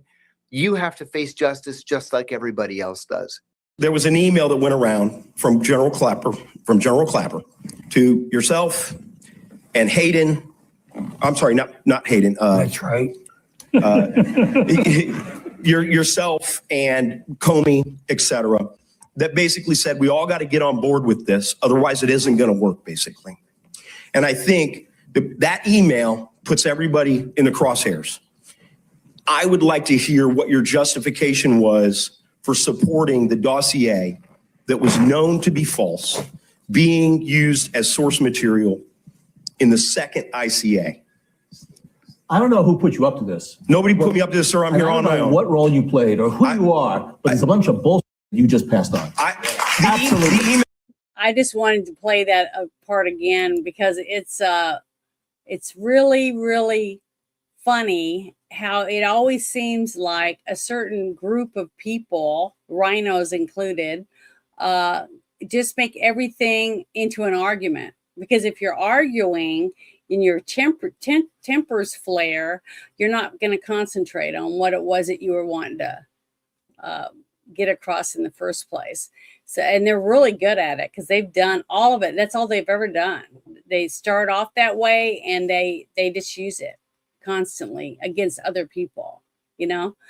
So I don't know. Hopefully something will get done about people, you know, because people shouldn't get away with crimes. I don't care what the crimes are. Now, I'm real big about, you know, people that prey on children. I've shared on my channel. If you go look, you can see that I aired the sentencing phase of that guy, the FedEx driver that took the 7-year-old little girl, Athena Strand, and murdered her. Okay. He used her for his own selfish needs and then just threw her away like a piece of garbage. People like that should never breathe any air that we breathe. They should never get out of prison. And he was sentenced to death, but the sad truth is we know he's going to be on death row for 15 to 20 years at least. And it's because it's so freaking slow. They drag everything out. Why? Why prolong the agony for the victims instead of just taking care of business? I just don't understand that. Unless these people are put in the same position that they put the victims in, they're never going to change. And so that's why I think it's important that the victims are heard, period. Because if people would sit down, and I tell people this all the time, that go, Epstein. I said, well, how many of the victims' interviews have you watched? Well, none. Well, why not? Well, I didn't know they had them. I said, well, see, if you actually researched anything, you would already know there's tons of victims out there talking about what happened to them. And guess what? A ton of them also took money. And they signed non-disclosure so that they don't talk now, and they probably can't go to court or whatever else. But that's because you didn't bother to research anything to find out any truth for yourself. You just listen to everyone else and just take their word for it. And that's sad that we live in a country where people just take everybody's word for something instead of finding out for themselves. So I hope that you know, after this 4 years, I hope that people open up and realize that I'm not going to go back into a cave after finding out information and researching and learning how to do this stuff. and then just go back and just sit in my closet with it's pitch dark and not know anything that's going on around me anymore. Why would anyone want to step back into the Stone Age after you've already touched technology? You know, it's just, I don't know. I just don't get it. I really don't. And I don't understand why people don't want to know for themselves the facts, you know, instead of listening to other people. Find out for yourself, and you be the one to tell them people, know, wow, you're so smart. You know, it's not that you're smart. It's the fact that you took time to look at something or read something that someone else didn't want to. Oh, it's 10 pages. I don't want to read 10 pages. Too much. Damn. So they don't really want to know the truth. So they don't. That's why they're just flip, flip, flip. That's why if you have a video that's longer than 30 seconds, no one's going to watch it. You know, they only watch like 10 seconds and then they go to the next one. 10 seconds, they go to the next one. Unless it really grabs their attention, or they watch 25 seconds. You see, that's how pitiful it is. That's why TikTok and things like that are such a huge hits with people, because they have no attention spans anymore. That's what we're raising people like that. And it's really sad. I mean, honestly, how many of those people that are hooked to TikTok you think can actually sit down and read a novel? You know, read Lord of the Rings, you know, like we did, or me at least, and a few other people like me, because I'm a nerd, you know. I'm not embarrassed to say that. And I love comic books. I got tons and tons of comic collections. I got tons of nerd memorabilia all over my office, and I'm proud of all of it. And one day I'll leave it to my grandchildren when I croak, and hopefully they'll say, wow, this is some cool stuff, and then they're going to go sell it, probably make money. But you know, we each have our own thing. But it's sad to see that the attention spans are like they're just not there anymore. You know what I mean? We don't have people that are, I don't know, interested in doing any of this stuff. But I want to share this next one. I think this is it. Oh God, I'm so bad at this stuff. Yeah, here it is.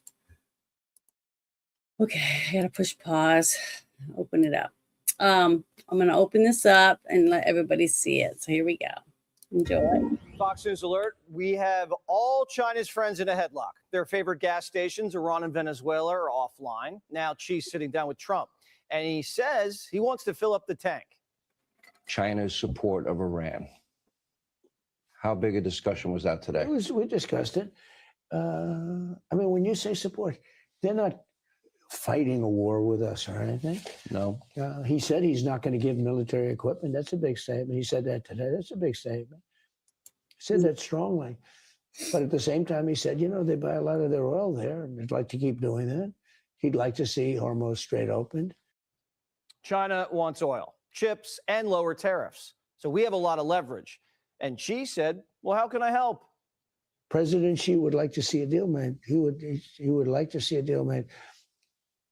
And he did offer, he said, if I can be of any help at all, I would like to be of help. Because, he did say that. Yeah, he did say that. And look, anybody that buys that much oil has obviously got some kind of a relationship with him. But he said, I would love to be of help. If I can be of any help whatsoever, he'd like to see the Hormuz Strait open. He said, if I could be of any help whatsoever, I would like to help. We're watching a diplomatic dance. Neither guy can look needy.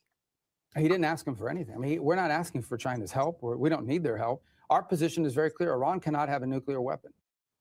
Back at home, the media still thinks the gay Ayatollah is winning. The New York Times, Washington Post say Iran still has most of its missiles. Now, these could be deep state leaks, worst case scenario, trying to get Trump back in the war for money and regime change. But our military's top brass said today it's not accurate. We destroyed Iran in record time. The numbers that I've seen in open source are not accurate. I think what also is not taken into consideration, it's more than just the numbers. It's the command and control that's been shattered. In less than 40 days, CENTCOM forces achieved our military objectives. Most notably, we degraded Iran's ability to project power outside its borders and threaten the region and threaten our interests. They mostly have drones left, and we figured out how to shoot them down for cheap. So those days of using high-value defenses to shoot down cheap targets are behind us. Quite the contrary, what we have been doing lately is using our own low-cost one-way attack drones attacking Iran, making them use higher and more expensive weapons. The regime's getting desperate. Kuwait says they arrested 4 guard guys who tried to sneak into their country. And they're still causing trouble in the Strait. The Brits said one of their ships was seized. And an Indian vessel carrying goats reportedly sank after getting hit with a drone. But traffic's actually up. Cargo ships are turning off their radar to sail through dark. At least 18 ships made it out this week. Some from Japan, some from India, and our wall of steel's holding strong. 70 cargo ships were turned around. 90% of Iran's sea mines destroyed. And their mosquitoes, they're getting swatted. Capability have been significantly degraded. If I just use my own professional experience, in 100 transits through the Strait of Hormuz, you would typically see 20 to 40 fast boats, and lately we've seen 2 or 3. They went from swarming the Strait to hiding in the shadows. Now the Iranians are choking on their own oil. Karg Island. We've seen that there have been no loadings in the past 3 days. We believe their storage is full. None of the ships are getting out. None are coming in, so they're not able to store oil on the water. So they're going to start shutting down their production. I think that they are on their last legs, and the blockade, President Trump's blockade, has been a resounding success. Cuba could be next. They just said they ran out of oil. The country's experiencing blackouts. And today, our CIA director's in Havana holding a secret meeting. He told them we're going to be open to working together, but they need to change. If Venezuela can get it together, so can Cuba. Just remember, Havana's just a short flight from Palm Beach. Yeah, I know. The thing is that, all of this is a start. He's doing what he told us he was going to do. Now, a lot of people don't realize that when this whole stuff with Trump first starting out, I wasn't for Trump. I wanted Ben Carson. I really liked Ben Carson. I still love him. I think him and his wife are just adorable. And I think he's a wonderful, wonderful, good man. And I wish we had more men like him good fathers, good people to look up to for our young kids to emulate as they grow up, like I do with my dad. Even though I'm a girl, I can't be my dad, but we need more of that for our youngsters. And I don't know, I just really liked him, but I realized he just wasn't mean enough. That we needed somebody mean to do the job, somebody who didn't give a shit. They would say fuck you to whoever he needed to. And sometimes we have to do that. Sometimes we have to stand up and say, no, I'm not doing that shit, and be willing to stand up to someone else. And that's why we ended up with Trump. A lot of people believe that that's why he won. I believe that Hillary Clinton, when she went out on the stage and Podesta told her she lost, the look on her face, oh my God, she would have killed everyone in the room if she could have with her eyes. She was so mad, so angry that she lost because she was supposed to win. She didn't even go to every state to campaign or anything. She only went to the states that she felt she had to, or where she was going to be treated like a goddess. And she didn't have to worry about it because she figured it was in the bag already. See, with the fake PP dossier and whatever else, they didn't need to worry about it. But they didn't expect us, the people that still control this country, even though a lot of people don't believe that they can. We came out in record numbers and made a difference. We overwhelmed the system.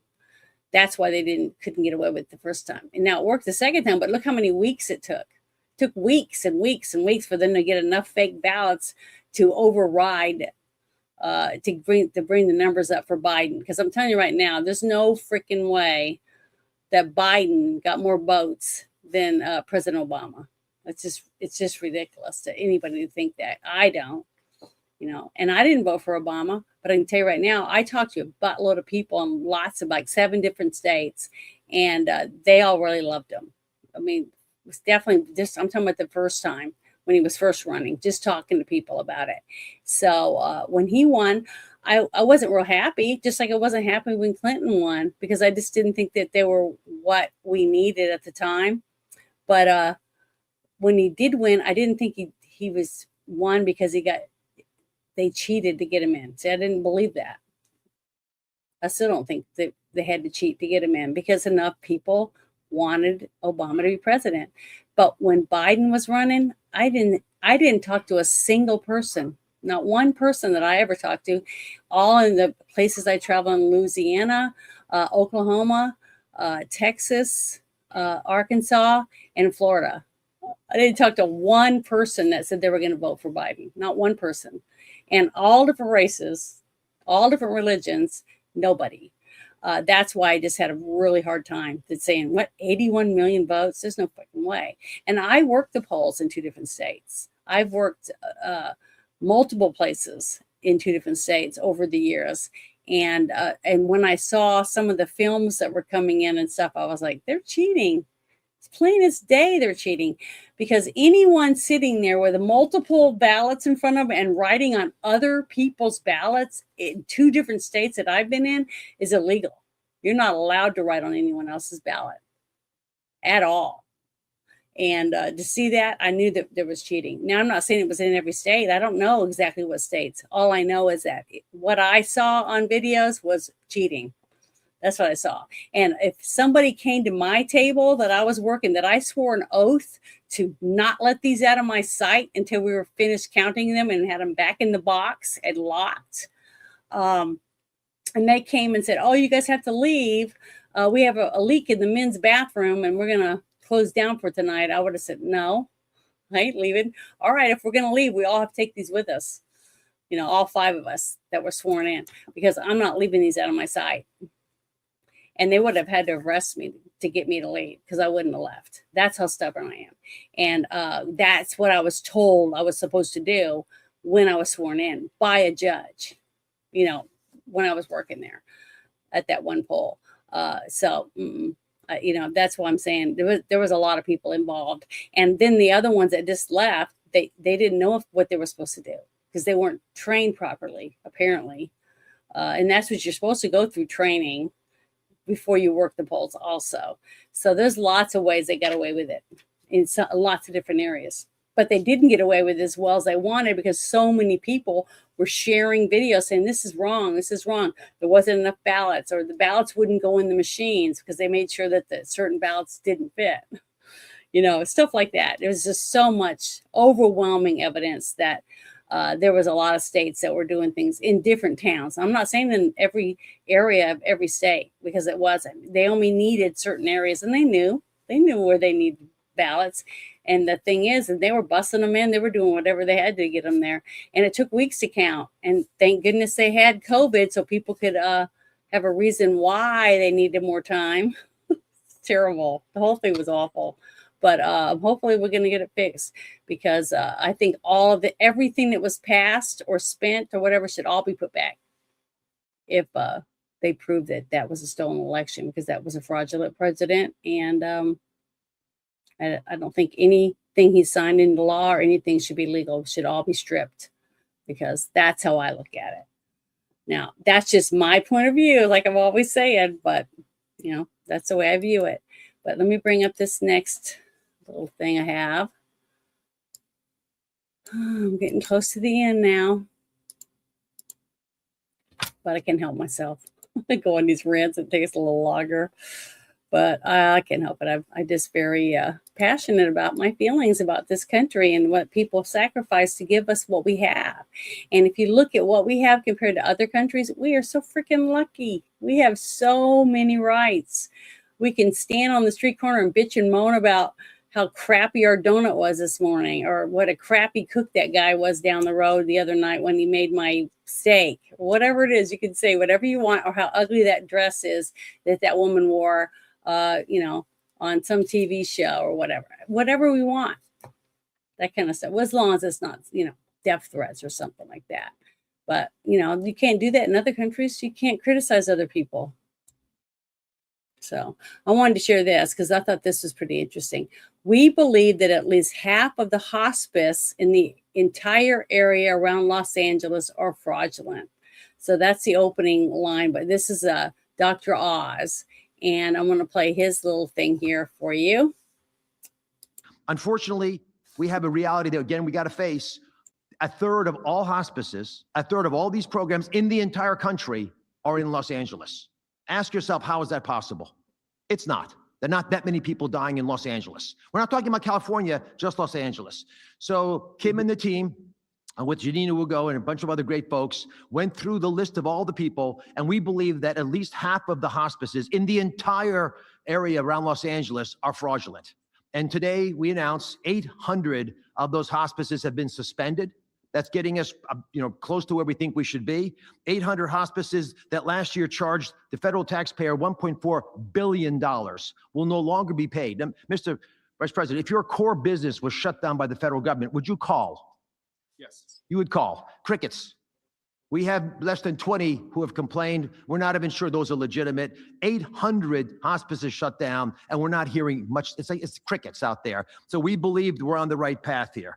Next is a nationwide moratorium on all new hospice and home health care. Why is that possible? Because when we squeeze the balloon in California and slow their growth of hospice and now take away 800, the payments to 800 hospices, we know what those fraudsters do. They move to nearby Nevada. Next door, Nevada has a 7-fold increase in hospice already. Arizona, Texas, they're moving across the country.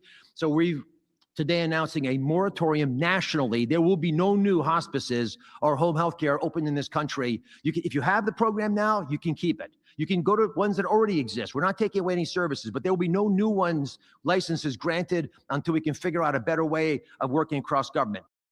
Awesome. See, that's how you stop fraud. You stop everything, stop making new ones until they can fix what they have already open. I mean, that is smart. That's how you run a business. You can't run a business until there's completely bankrupt, and then it doesn't stay in business, does it? So I like that. I think that's great. And it's nice to see when we have people like him that seem passionate about what they're doing.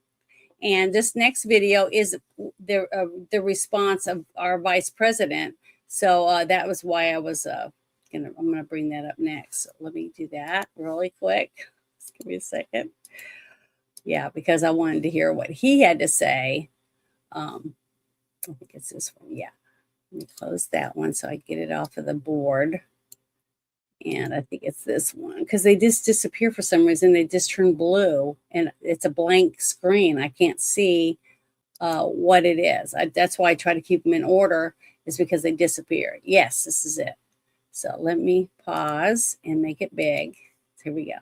Well, so you're saying that we kicked off 800 fraudulent healthcare providers off of the Medicare system, and not a single one of them called the government and said, hey, you made a mistake. We've had a handful of calls. We're not sure they're legitimate yet, but it's less than 20 out of 800, and we're auditing them. Unbelievable. So at least 780 are not even trying to claim that they're not fraudulent. And again, those are businesses that we were giving hundreds of millions, in some cases billions of dollars to, not to provide services, but to make a fraudster rich. It's just completely insane. Drives home the scale and scope of the problem. So Dr. Oz, I want to make sure. Just imagine, I'm trying to look at it this way. I recently, last month, I lost my dad, and he had hospice at the very end. And hopefully I don't get emotional. I'm sorry if I do. But to see money for someone who spent their whole life putting into the system, being taxed in their state and from the federal government. And then it's time for them to have a peaceful transition, right? So everyone has that opportunity to have that because that's what we have it for, okay? So that you can have the medications you need and the care that you need at the very end to make it as peaceful and easy as possible, because it's already hard to deal with your loved one passing anyways, and to make sure they get the care that they need, right? Well, to know that they had people that set this up on purpose to take the money and not help anyone at all, no families whatsoever, and there was no accountability, which was really sad, because when you're giving people money, okay, because you have a person that's supposedly on hospice, after you're handing this family or this person that's running this system for this family, right? And money's going out, money's going out, money's going out, money's going out, money's going out. Well, how many months are you going to keep paying that hundreds of thousands of dollars? How long is this person going to be on hospice? See what I mean? Usually, if they're on hospice, you know, within a couple months, they're not there anymore. So after you've been given checks to somebody for months and months and months, a year, and they're still on hospice, you would think the person passing out the check would be going, something's not right. But not even they did it. Because why? Because they were in on it. See, when you have this person, that person, that person, it goes up the ladder that way. That's why Minnesota and all this different stuff, you're finding it's going all the way up to pretty much to the governor's mansion, that they're all getting, yeah, thank you. And it's sad. It's sad because all that money that has been wasted, you know, other people are going to suffer because of it. And that's what's sad about it. And they had a nice trip on their yacht or in their nice air-conditioned Rolls Royce or whatever it is that they got with all the money. Maybe hookers and pimps. I mean, who knows what they spent the money on. But the fact that we have an administration that's trying to save us money, and you have people pissed off about it. Pissed off. The only people that should be pissed off about it are the ones that are losing the money that we're taking back, because it's our money. It's the taxpayers' money. Because ask any teenager when they get their very first check and they hold it up and they read it and they're saying, who's FICA? Because they're actually seeing money coming out going somewhere, but they don't know where it's going because they don't know what FICA is.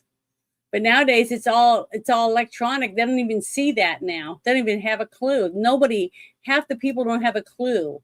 And when they pull out that little piece of plastic to buy stuff from Uber Eats, if they would have gotten their car and drove to the drive-through at McDonald's, and it cost them what, $12.65 for their lunch. Well, guess what? They get it delivered by Uber Eats or by some other delivery service to their work, and now that same meal is $30. So if you're buying something like that every day for lunch, how much money have you spent in a week just on your lunch? And then you Uber out for your dinner. I mean, your whole paycheck is going pretty much towards feeding yourself, when you could go to the grocery store, buy stuff, and make it yourself cheaper, way cheaper than what you're spending on it. Ching, ching, ching, ching, because it's a piece of plastic. It's not money to where you're seeing how much money you're spending. See, it's a piece of plastic.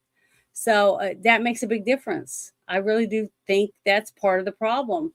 When you see nobody sees where the money's going. You take a ride in a car, cha-ching.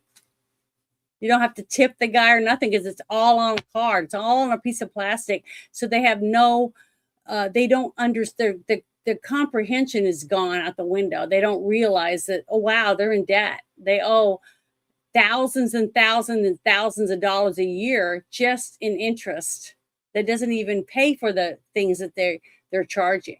See, it just goes right over their head. I don't even think they understand that. And you talk to them about it, and they're like, huh? What are you talking about? You know, but boy, they like to go to grandma's house, and grandma makes homemade soup and grilled cheese sandwiches, salad, and stuff like that. And none of them can even make that. Why? You know, don't they teach that kind of stuff in school anymore? You know, I was a tomboy, so I didn't want to do all those things. I'd rather mow the yard and, you know, cut limbs off of trees or weed eat and stuff like that, more than wash dishes and mop and clean bathrooms and shit. I would hate doing that crap, but somebody's got to do it, because unless you want to live in a nasty, disgusting house. But it sure is nice to go in there and open your refrigerator, and it's all neat and organized, and you can find what you want to get something to eat, or to put your stuff on the counter on a nice clean cabinet that's not all sticky and covered with trash and bugs or whatever. That's nice too. So if you have that at your house, thank the person who's cleaning your house for you. Thank you for buying groceries. Thank you for cleaning the refrigerator. Thank you for letting me have clean dishes to eat off of. Thank people, because somebody did that. Okay. That's another thing. I see so many people that don't have a clue. Oh, hey, Bruce, I'm sorry. I'll check my Discord. Just give me a second. And let me shut this down. I'll go to the next one. Sorry, I went on another rant. I do that a lot. I'm so sorry, but I can't help myself. That's just who I am. That's my genetic makeup. But this next one, let me make sure it's the right one. Yeah, okay. This is another Jesse Waters. I haven't had him on for a long time, but I've got a few this time. There was quite a few things that I brought up that he's involved in, and I think he did really good. So I think this one's it. Oh, it's just so hard. Jim Ferguson. Make sure that's the right one. That's not it. I pulled up the wrong one. This is it. Okay. All right. Now I got it. For some reason, it went way. Tulsi Gabbard's office. Agents hauled out dozens of boxes, files on the JFK assassination and MK Ultra, the CIA mind control operation, which she was in the process of declassifying. Today's whistleblower said it during his deposition, and Congresswoman Anna Paulina Luna confirmed it moments ago. The reason why this is troubling is, A, there was an executive order that the president had directed the full declassification of JFK, but then also to the MK Ultra files. The CIA famously has said that, all documents were released and other documents had been destroyed. So these are allegedly those documents that apparently never existed. Can the CIA overrule the president? No, the CIA cannot overrule the president. The CIA cannot even overrule the director of national intelligence. In 1975, the Church Committee, which became the Senate Select Committee on Intelligence, specifically ordered DCI William Colby to release all of the MK Ultra files. He famously went back to CIA headquarters and ordered that all of the files be destroyed. 85% of them were destroyed. He was held in contempt of Congress, and then CIA employees lined the halls and contributed cash to pay for the fine that he was ordered to pay. We only know what we know about MK Ultra because of the 15% of the files that weren't destroyed. These are among those 15% of the files.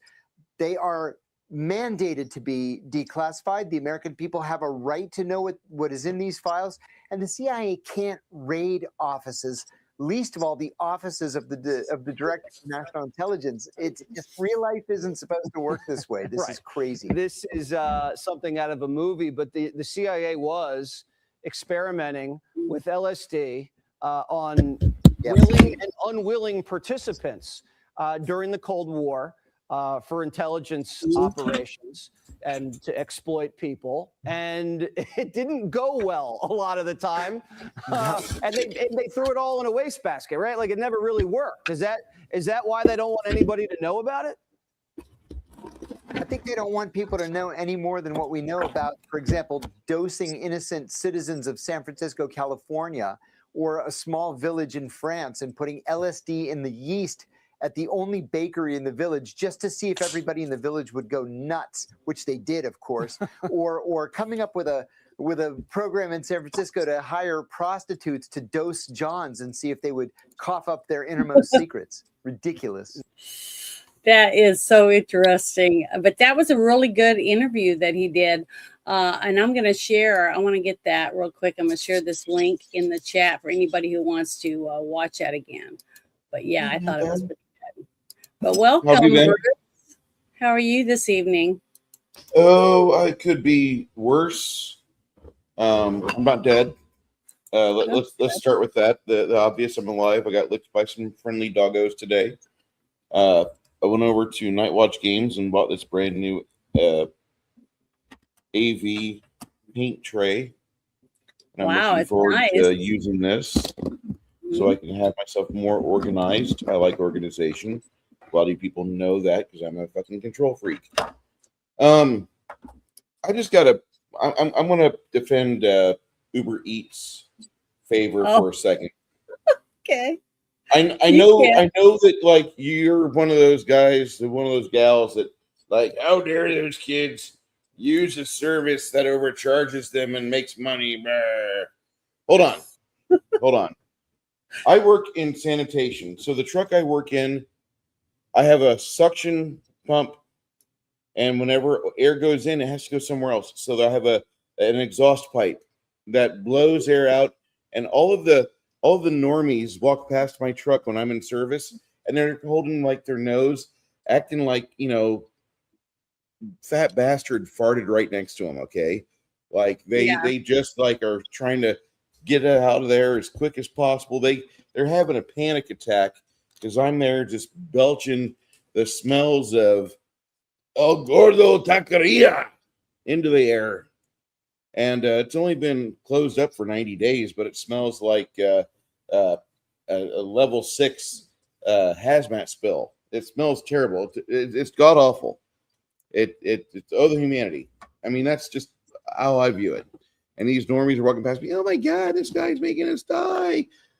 No, not really, but whatever. That's fine.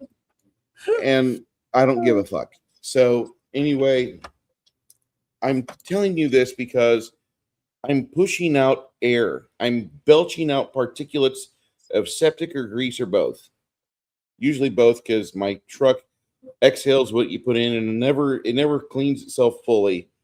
When you dump it out, you have residual stuff sticking to the walls. And so when I'm sucking in, it's agitating everything, kind of getting it all ready again.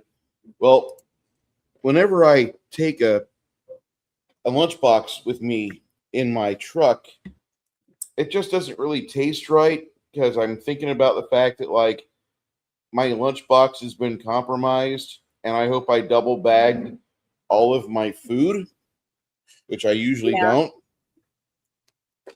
So I've paid $35 for Uber Eats before. Not a fan of Uber Eats by any imagination. I absolutely despise Uber for the most part. It did keep me floated, but it did not make me the money that I needed for my car to have maintenance on it. And therefore, that car is no longer in my possession. Well, let me just tell you that I did the math, and a $35 Whataburger was a lot better getting delivered and having 2 days sick because I ate food out of my lunchbox that wasn't double bagged. And it's just that if I have anything in my truck, I have to seal it up. Otherwise, I get stuff.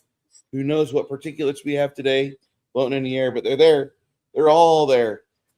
And it's gross. So I'll be more than happy to, if I get really hungry, I'll either order Uber Eats, or I'll stop by a fast food restaurant for $13 or $17, or I'll stop by a convenience store for 8 ounces of beef jerky for like $6.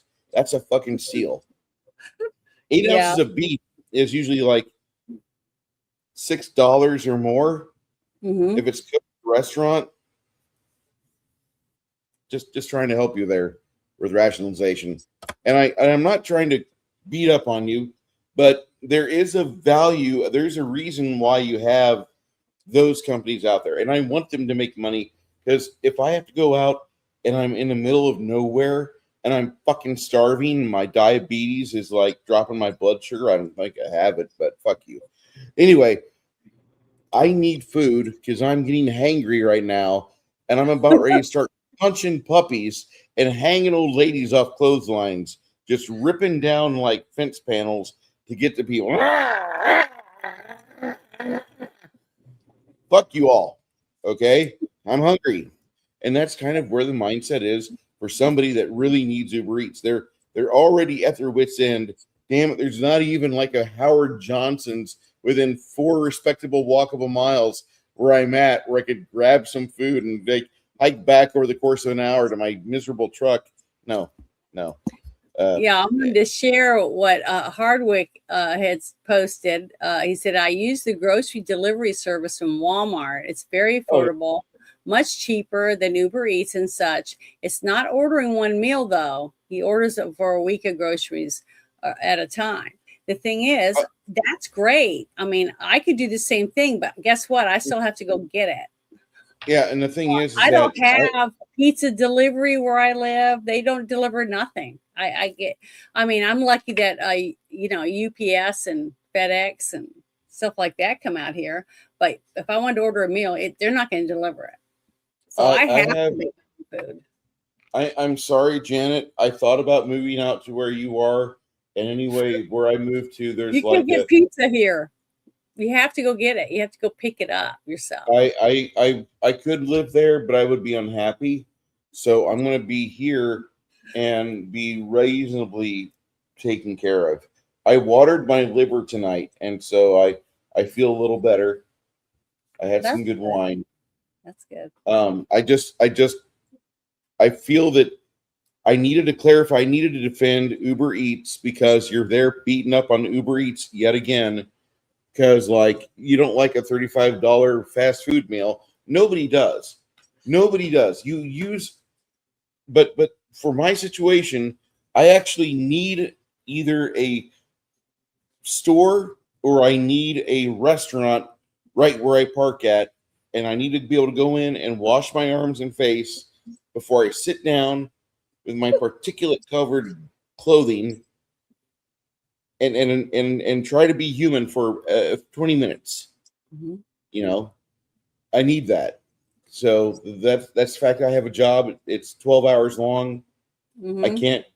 I can't be like, oh, well, I'm just going to go take the truck home. It'll take me 90 minutes to get across town, park the truck, and walk into my home. Mm-hmm. Not mentioning how long it'll take me to prepare something here. Because if it's just eggs and steak, it's 10 minutes or at most. And I'm probably eating out of the skillet as I'm preparing the food. Well, see, like me, I make every week, I buy one rotisserie chicken. It's already cooked. And then I buy all the stuff to make my own salad. So I spent my one morning and I make a big giant bowl of salad, and I shake it and toss it around, whatever. And then I will, throughout the next couple days, I'll eat a bowl of salad every day, one bowl, for dinner, or sometimes two, or lunch. And then I'll put the rotisserie chicken on it, or I'll put some, one of those tuna salad things you can buy that are deli salad, tuna salad in those little foil packets, right? I'll open that and sprinkle that on my salad, or I'll put pepperoni slices on it, whatever, I'm in the mood for. And I'll put that on there and I'll eat that with cottage cheese, a little bit of, whatever dressing I want, and make a meal out of it. You know what I mean? Like that. Or I'll just make the rotisserie chicken. Then I'll make a little thing of potatoes, mashed potatoes, and a little bag of vegetables. And I'll eat that for dinner. But it only took me a few minutes because the rotisserie chicken was done. And then when I get down to where there's nothing left but the breast, I put it in a pot and I make chicken soup out of it. And then I add mushrooms and potatoes and rice and some other things in there. And it's really good. And I'll eat that for 2 days. My daughter and I'll enjoy it. Yeah, I'm not home enough to have to worry about that much food being in the fridge. I will make a crock pot meal, but that'll be feasted on for 3 days. I made a pizza last week or a week and a half ago. It took me 6 days to eat it all because it was off of a cookie sheet. It was a big pizza. Yeah. And then, but I work a lot. So, and when I go to work, it's a nasty job. So I get to pay a premium for this stupid job, but it's the stupidest job I've ever had. And it's the greatest job I've ever had. I'll take it. I'll fucking take it because I lived in Illinois with no job. So that's the compromise. If you want to beat up on Uber Eats, you can. There's a lot of dumb people that they buy Uber Eats. They can't afford shit. I was using it as an example for the plastic. Okay. Well, the thing is that too many people buy it. Use cash. When a younger person uses cash, they're actually seeing how much money they're spending. But I've listened to people speaking, in their 20s, that said, "Well, it didn't cost me that much. I just used plastic." It's just sad when you really start, and then they wonder why they owe so much Why money. do I have no money? Why do I have no fucking money, Janet? Where's my money going? Yeah, that kind of stuff. And it's pitiful because plastic makes it easy to spend because they don't even realize it's money. They're not looking at it the same way as it is if you have in a shoebox and you have to take it out and count it out. Because I'm telling you right now, I always got my checks and I tried to get them as many hundreds as I could. I get like 3 100s and then 20s and 5s and stuff like that. Then I would spend the smaller bills on different things. But when I got to 100, I'm like, I don't want to break it. So I always end up putting it in Nobody savings. does. Nobody wants to break that $100 bill. So, it forced me to save more money that way but that's all stuff that my mother taught me. But we have young kids that are being taught by their mother that uses plastic for everything. And they never get out of debt. They're always in debt. So it's sad when you have kids that are being born and they're already, $30,000, $40,000, $50,000 in debt when they're just born. So, and that's from the government. Now, that's not even from their household living expenses and stuff. So, but let me go to this next subject that I had pulled up because I've been talking about basically China, different stuff to do with that went on with Trump's trip to China and the stuff that's coming out about Fauci and COVID and stuff like that. So that's. Are we really surprised? Can I ask that question? Are we really surprised about all the shit that's going on about the little Fauci? The little Fauci. The Fauci. Who's really surprised about Fauci? I'm not. It's the other people that are shocked. All the people that stood in line to get the shots and all that. I want to reload this because I got no chat here, but I'll be right back. Okay. Well, I'm going to go ahead and start this really quick. This is another thing about the CIA whistleblower has now testified before the Senate that the lab leak theory was deliberately covered up and that Anthony Fauci's role was intentional. I hope I didn't play this already. It kind of looks like, because I think I just found one a while ago that was already played. So I'm going to start this real quick and see whether or not. I think I might have done this already. Do you remember, Janet, whenever I told people? Yeah, I already did this. Darn it. Sorry. My name is Dr. Fauci. And back in the 1980s, I was a lead researcher on AIDS. You know what AIDS is, kids? It's that disease that doesn't let you get well once you're sick. This is perfect for me. And so I studied it and I discovered who's the source of AIDS. And apparently in 1984, up to 1984, I only discovered that it was the gays that were the source of the AIDS. And so knowing what I know about the gay community, I put it in my medical thesis. It is recommended heartily by this office that all gay men are masked. If they will just wear their masks full time, they won't sneeze and they won't cough and they won't exhale. They won't be blowing their splooge out their mouth. They're not going to have their gay lovers' baby batter going past their incisors into the public domain. Not infecting other people with AIDS, because that's the source of the gays. The source of AIDS is all the gays. Anyway, you're welcome. You're welcome. I love that. I love. You can go research that. YouTube, you faggot fuck. If you don't like what I said there, go ahead and you tell me I'm wrong. Because Fauci wrote that shit in his 1984 medical exam about AIDS. And he said the AIDS is being spread by the gays. And it's they're doing it when they cough. And he wanted them to put on a mask. Yeah. I know I talked got no- about me carrying a box, a folded box in my purse to prove that masks don't stop viruses, but because that's what it says on the box itself. But I wanted to know if you heard about this. It says owner of the healthcare software company convicted of $1 billion Medicare fraud conspiracy. No. The Department of Justice crushed one of the most egregious fraud schemes in Florida history. Okay, acting Attorney General Todd Blanche. This illegitimate operation stole more than 1 billion with a B from American taxpayers, including hundreds of thousands of Medicare beneficiaries. This was cold, calculated, industrial scale theft targeting the sick and the elderly.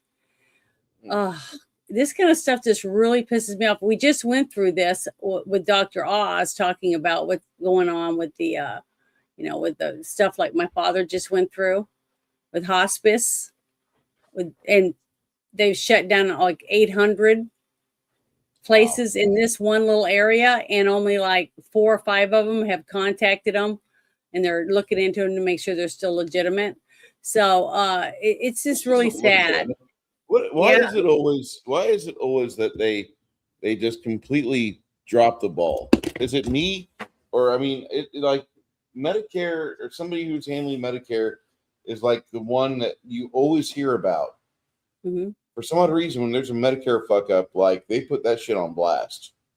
Well, that's because what it is, every single election cycle, I hear the same thing from the Democrats constantly. If you vote in the Republicans, they're going to cut your Medicaid.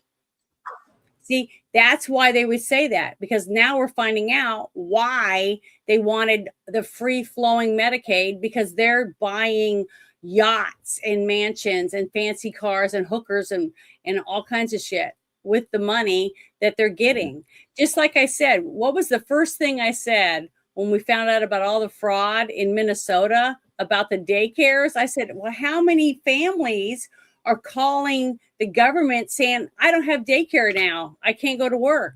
Nobody, not one family with millions of dollars being spent called and said they couldn't afford daycare now because they took it away from them. Because that meant no children Question being time. watched. Who here's gonna trust their kid with a fucking Somali? I sure Somalis shit at wouldn't. work? I would never. Remember- I would never trust any of my fucking family with a Somalian. Okay. Well, these people, those people, and I'm gonna fucking just those people. That's all I'm saying. They are a cancer in their own society, not even including ours here. They are miserably bad at anything they achieve, at anything they do. They've got nothing. There's not an infrastructure. They don't have good running water. They don't have fucking fire or safety. There's shit fucking authorities and police over there. Trump is right. Remember when Trump's completely right. What?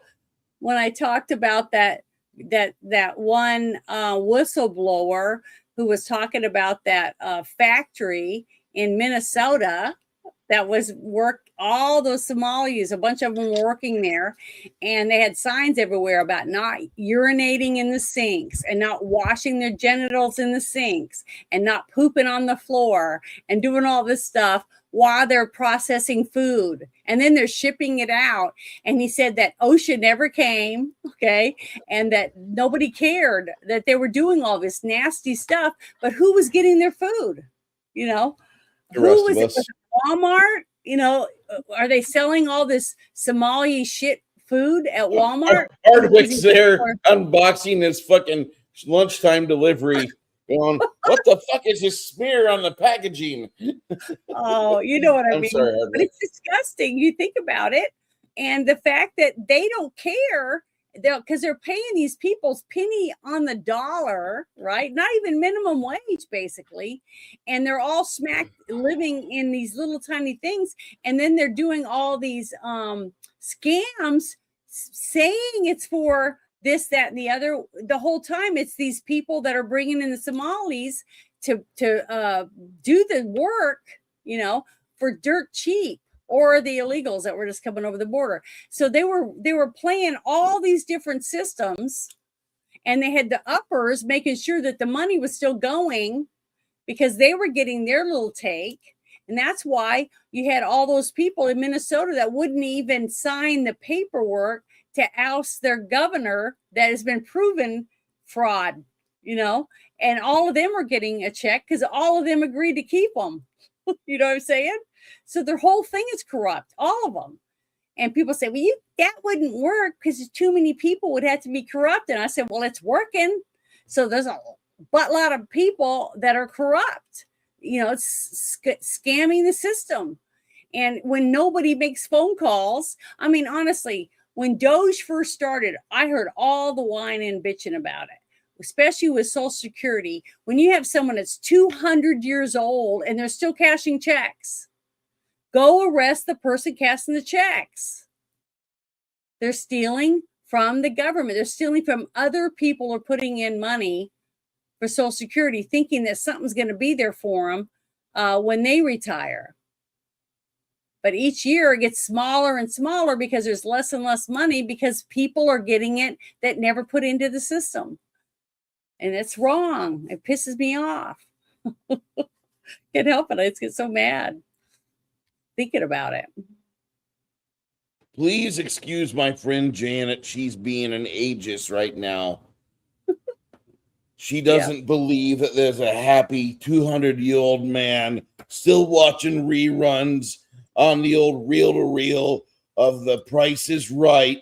He got shipped when he was fighting off in Da Nang, and his family loved him so much they taped The Price is Right on a reel-to-reel and sent him that, and he still has the old reel-to-reel, and he gets to see the original host of Price is Right and the faulty props that made for bad games.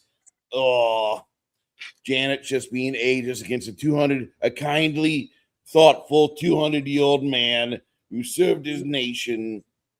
Yeah, I sure am. I'm just a bad person. Bad But person, I Janet. wanted to play this because this got sent to me late in the day when this is my one of the last things I pulled up, and it's about Thomas Massey. Okay, because this Gadsden said, I don't think the average KY04 voter in Massey's district is in Campbell County is being paid off. Okay, basically. It's 93% white district where the median income is like 60,000. These are white hillbillies who like Louisville College hoops, hardly Zionists. But I want you to listen to what this interview with Massey, what he's saying, because that was his response to this interview right here. So I'm going to play this. Do you know who Massey is, right? I don't. Yeah, I know who he is. It's just I don't have a high opinion of him. But occasionally, occasionally he'll be like that blind squirrel that finds a nut in the winter. Yeah. But that's about his talent profile for me. I don't really value what he does or says. But I wanted to play this so you could hear, and then we'll go back and look at what he said again, because he's basically talking about, because he lives in New England. He lives up there. So here we go. The CEO of the World Economic Forum, can we just had to resign because of the files that I got released. Can we just pause right there?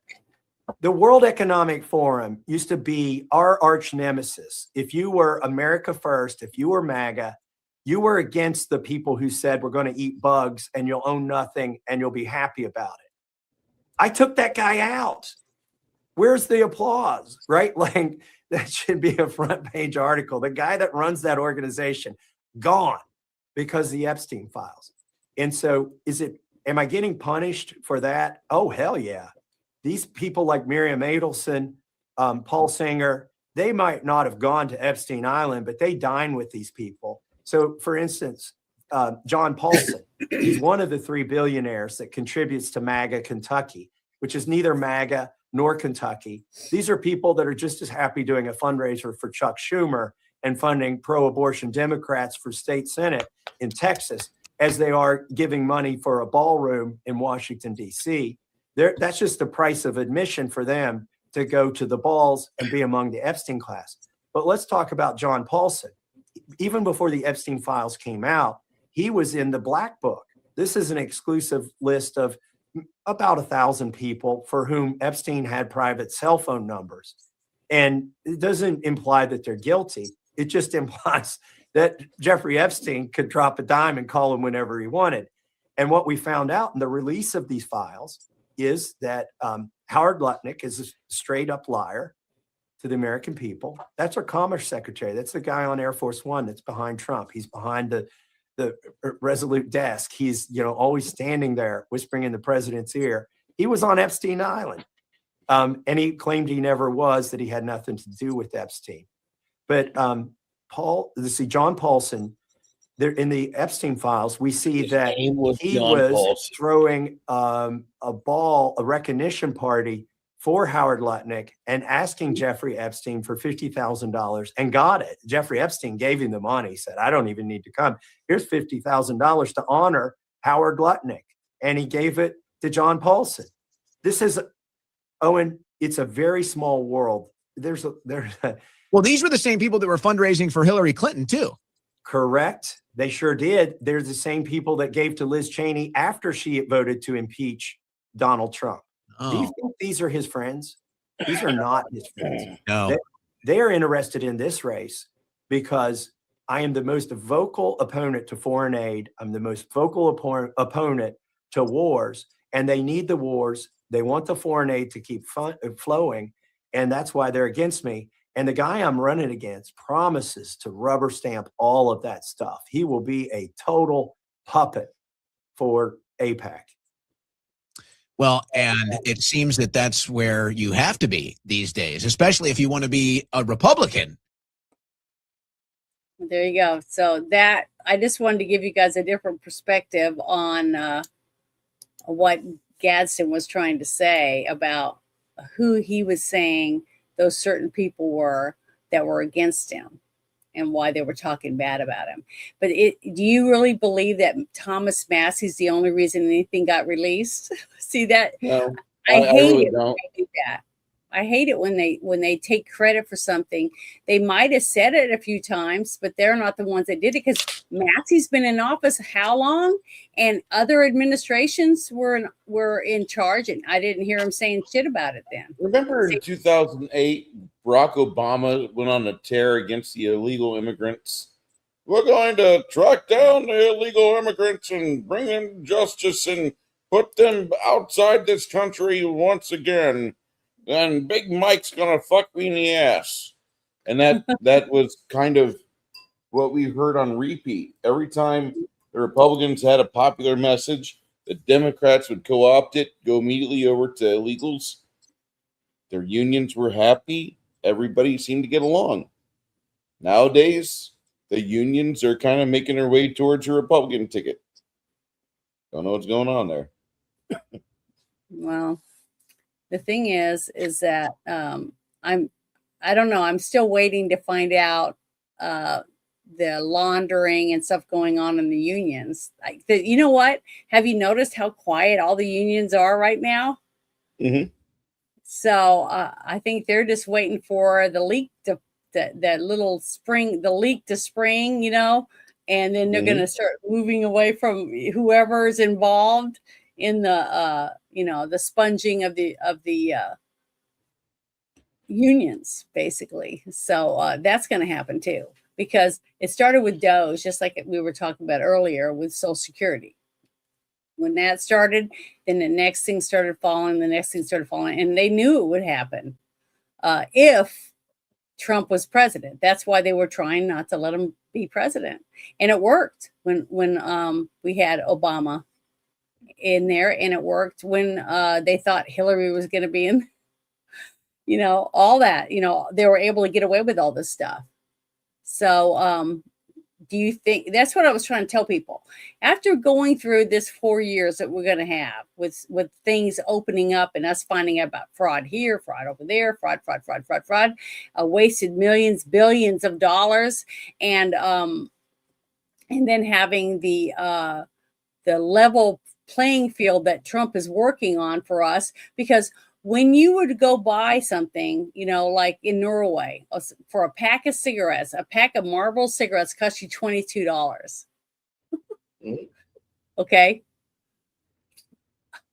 And they sell their cigarette here or their product here, and there's no tariffs on it. You know what I mean?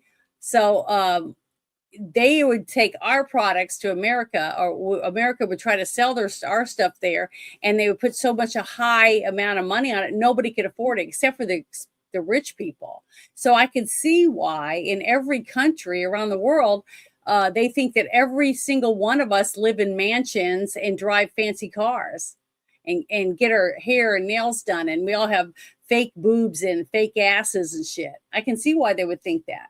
They don't think that anyone lives in a trailer house and goes without a meal. You know what I mean? That's what they think because of the way our stuff is sold in other countries. Well, that's going to, hopefully with all the tariffs and stuff, that's going to start changing, because if they're going to say, okay, we got free trade, which means you don't tariff us and we don't tariff you, that means your product goes on the shelf for the price that it should be sold. You know what I mean? So that means they look at it and say, wow, I can buy American cheese at this price, or I can buy bologna, or I can buy ham or pepperoni, whatever it is. I mean, what do you think would happen if Walmart built a super center in one of the poorest areas in China?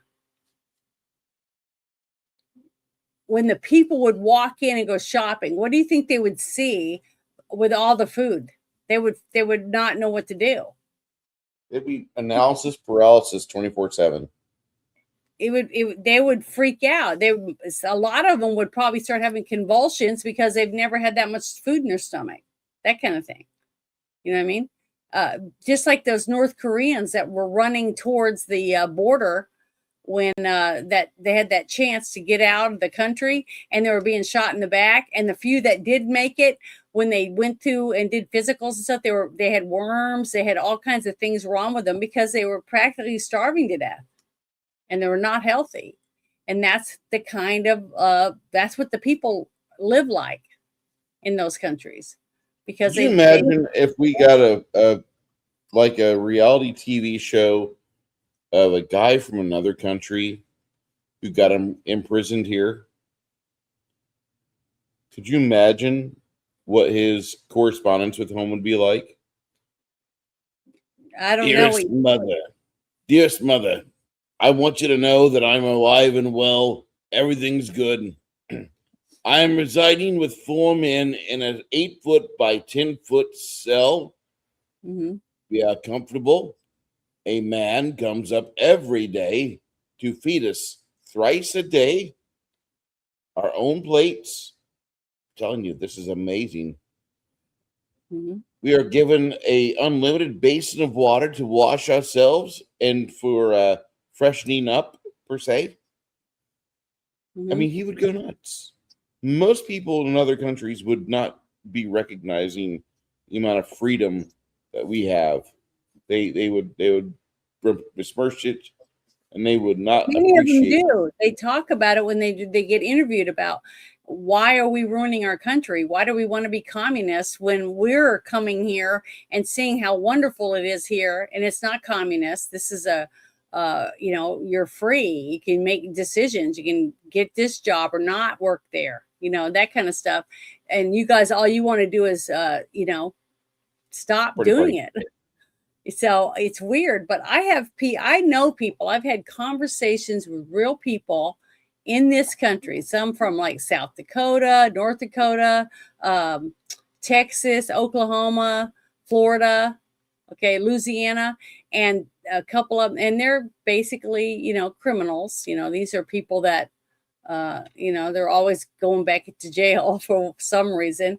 And that's what they told me. They said that's their retirement plan, is to go to prison, because he goes, when I was diagnosed with, I don't remember what it was. It was something, he had some kind of like a rip, a hernia or whatever in his lower abdomen.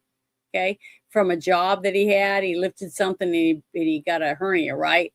So he said he went and he robbed a gas station so he could get arrested, went to jail, and guess what? He got surgery while he was in jail, got his teeth fixed, and he got surgery and all that. And then he got out of jail and he went and got another job. He said that every time he gets sick or he needs new glasses or he needs certain things, he just breaks the law and goes back to jail and he gets everything done for free. That's his retirement plan.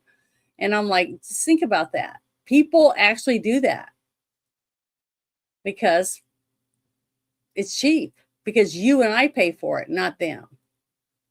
They get 3 meals a day. They get TV. Some of them even get those visits where the women come and, they get to have sex with their wives in prison.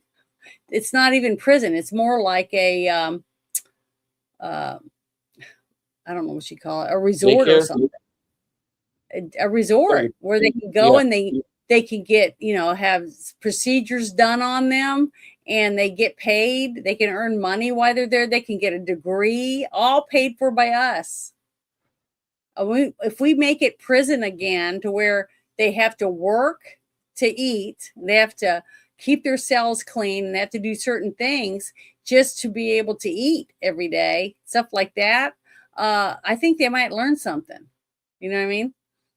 They might actually pay for their crimes, but to go there just to get your teeth fixed, get new glasses, to get a degree, to get heart transplant, whatever it is, I'm just throwing some stuff out there, but I've heard people say that's their retirement plan. And that's what they do. They just go and rob a store, no gun, let's go in and let's say they have like a bat or a club or something that's not going to get them, really high because they had a gun or a knife. They just have a club or they just use their bare hands, that kind of thing.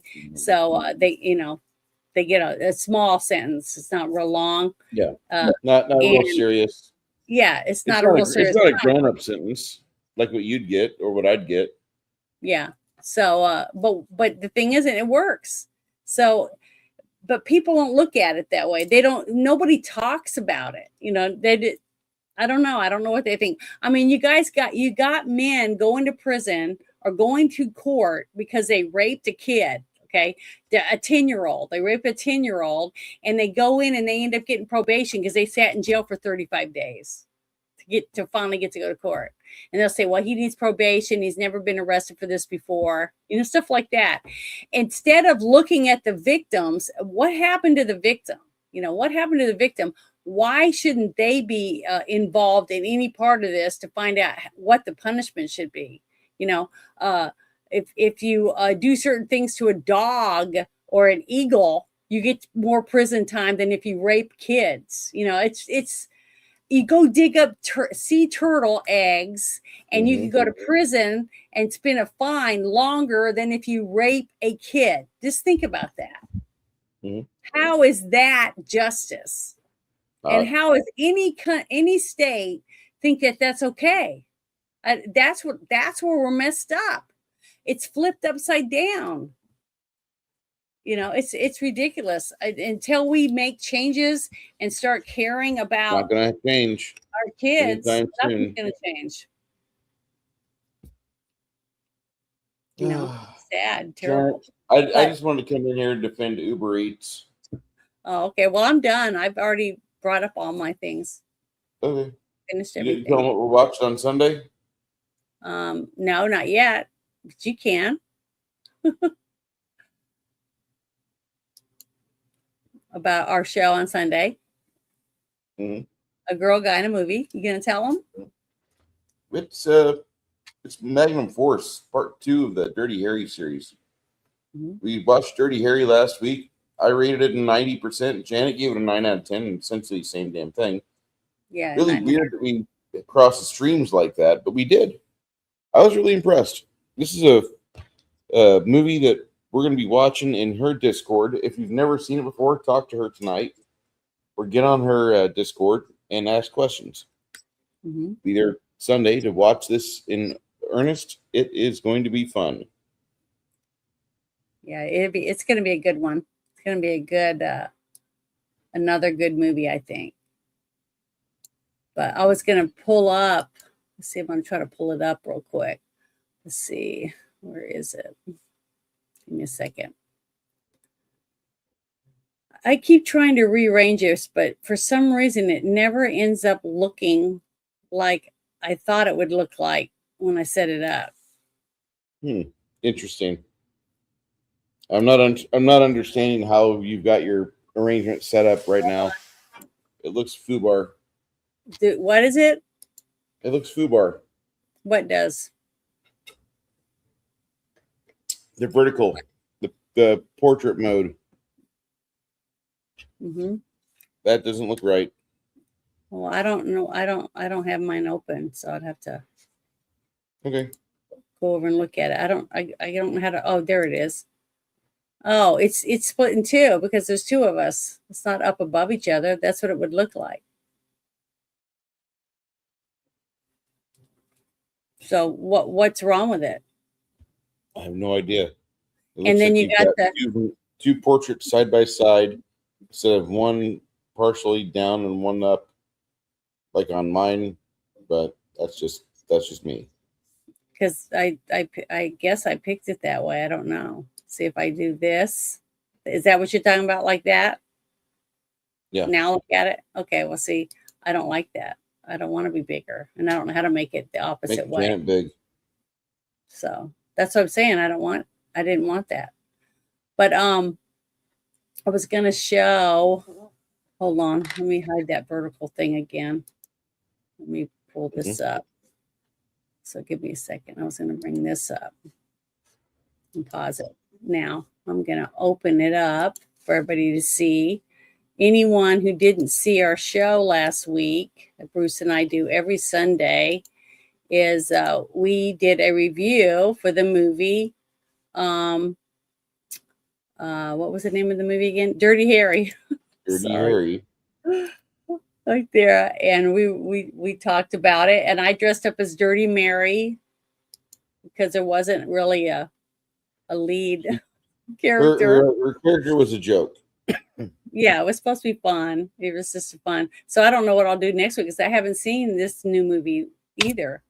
So I'll have to go through and figure out what I'm going to wear. But any of you guys that would like to watch this with us, let me know. And you can come watch the movie with us, and then we'll do the review afterward. But it was a lot of fun. And it was a real good movie. We both gave it a good rating. So just let me know. We'll do that. It was fun. Janet, I want to get out of here. I got me too. I got to square away. Guys, Girl Guy in the Movie on Sunday. We start around 3:00. Might be before then. Go ahead and tune into our channels. Thank you. See you guys later. Thank you for hanging out with us. Boys and girls all over the world are being abused and tortured. The worst moments of these children's lives, they're being videotaped and they're being shared with other offenders all over the world. Many people would refer to this as CSAM, child sexual abuse material. They are suffering and they don't think that anyone is coming to help them. But we can. We can build that army and we can go get them. Come be a part of this team that is trying to push back this evil.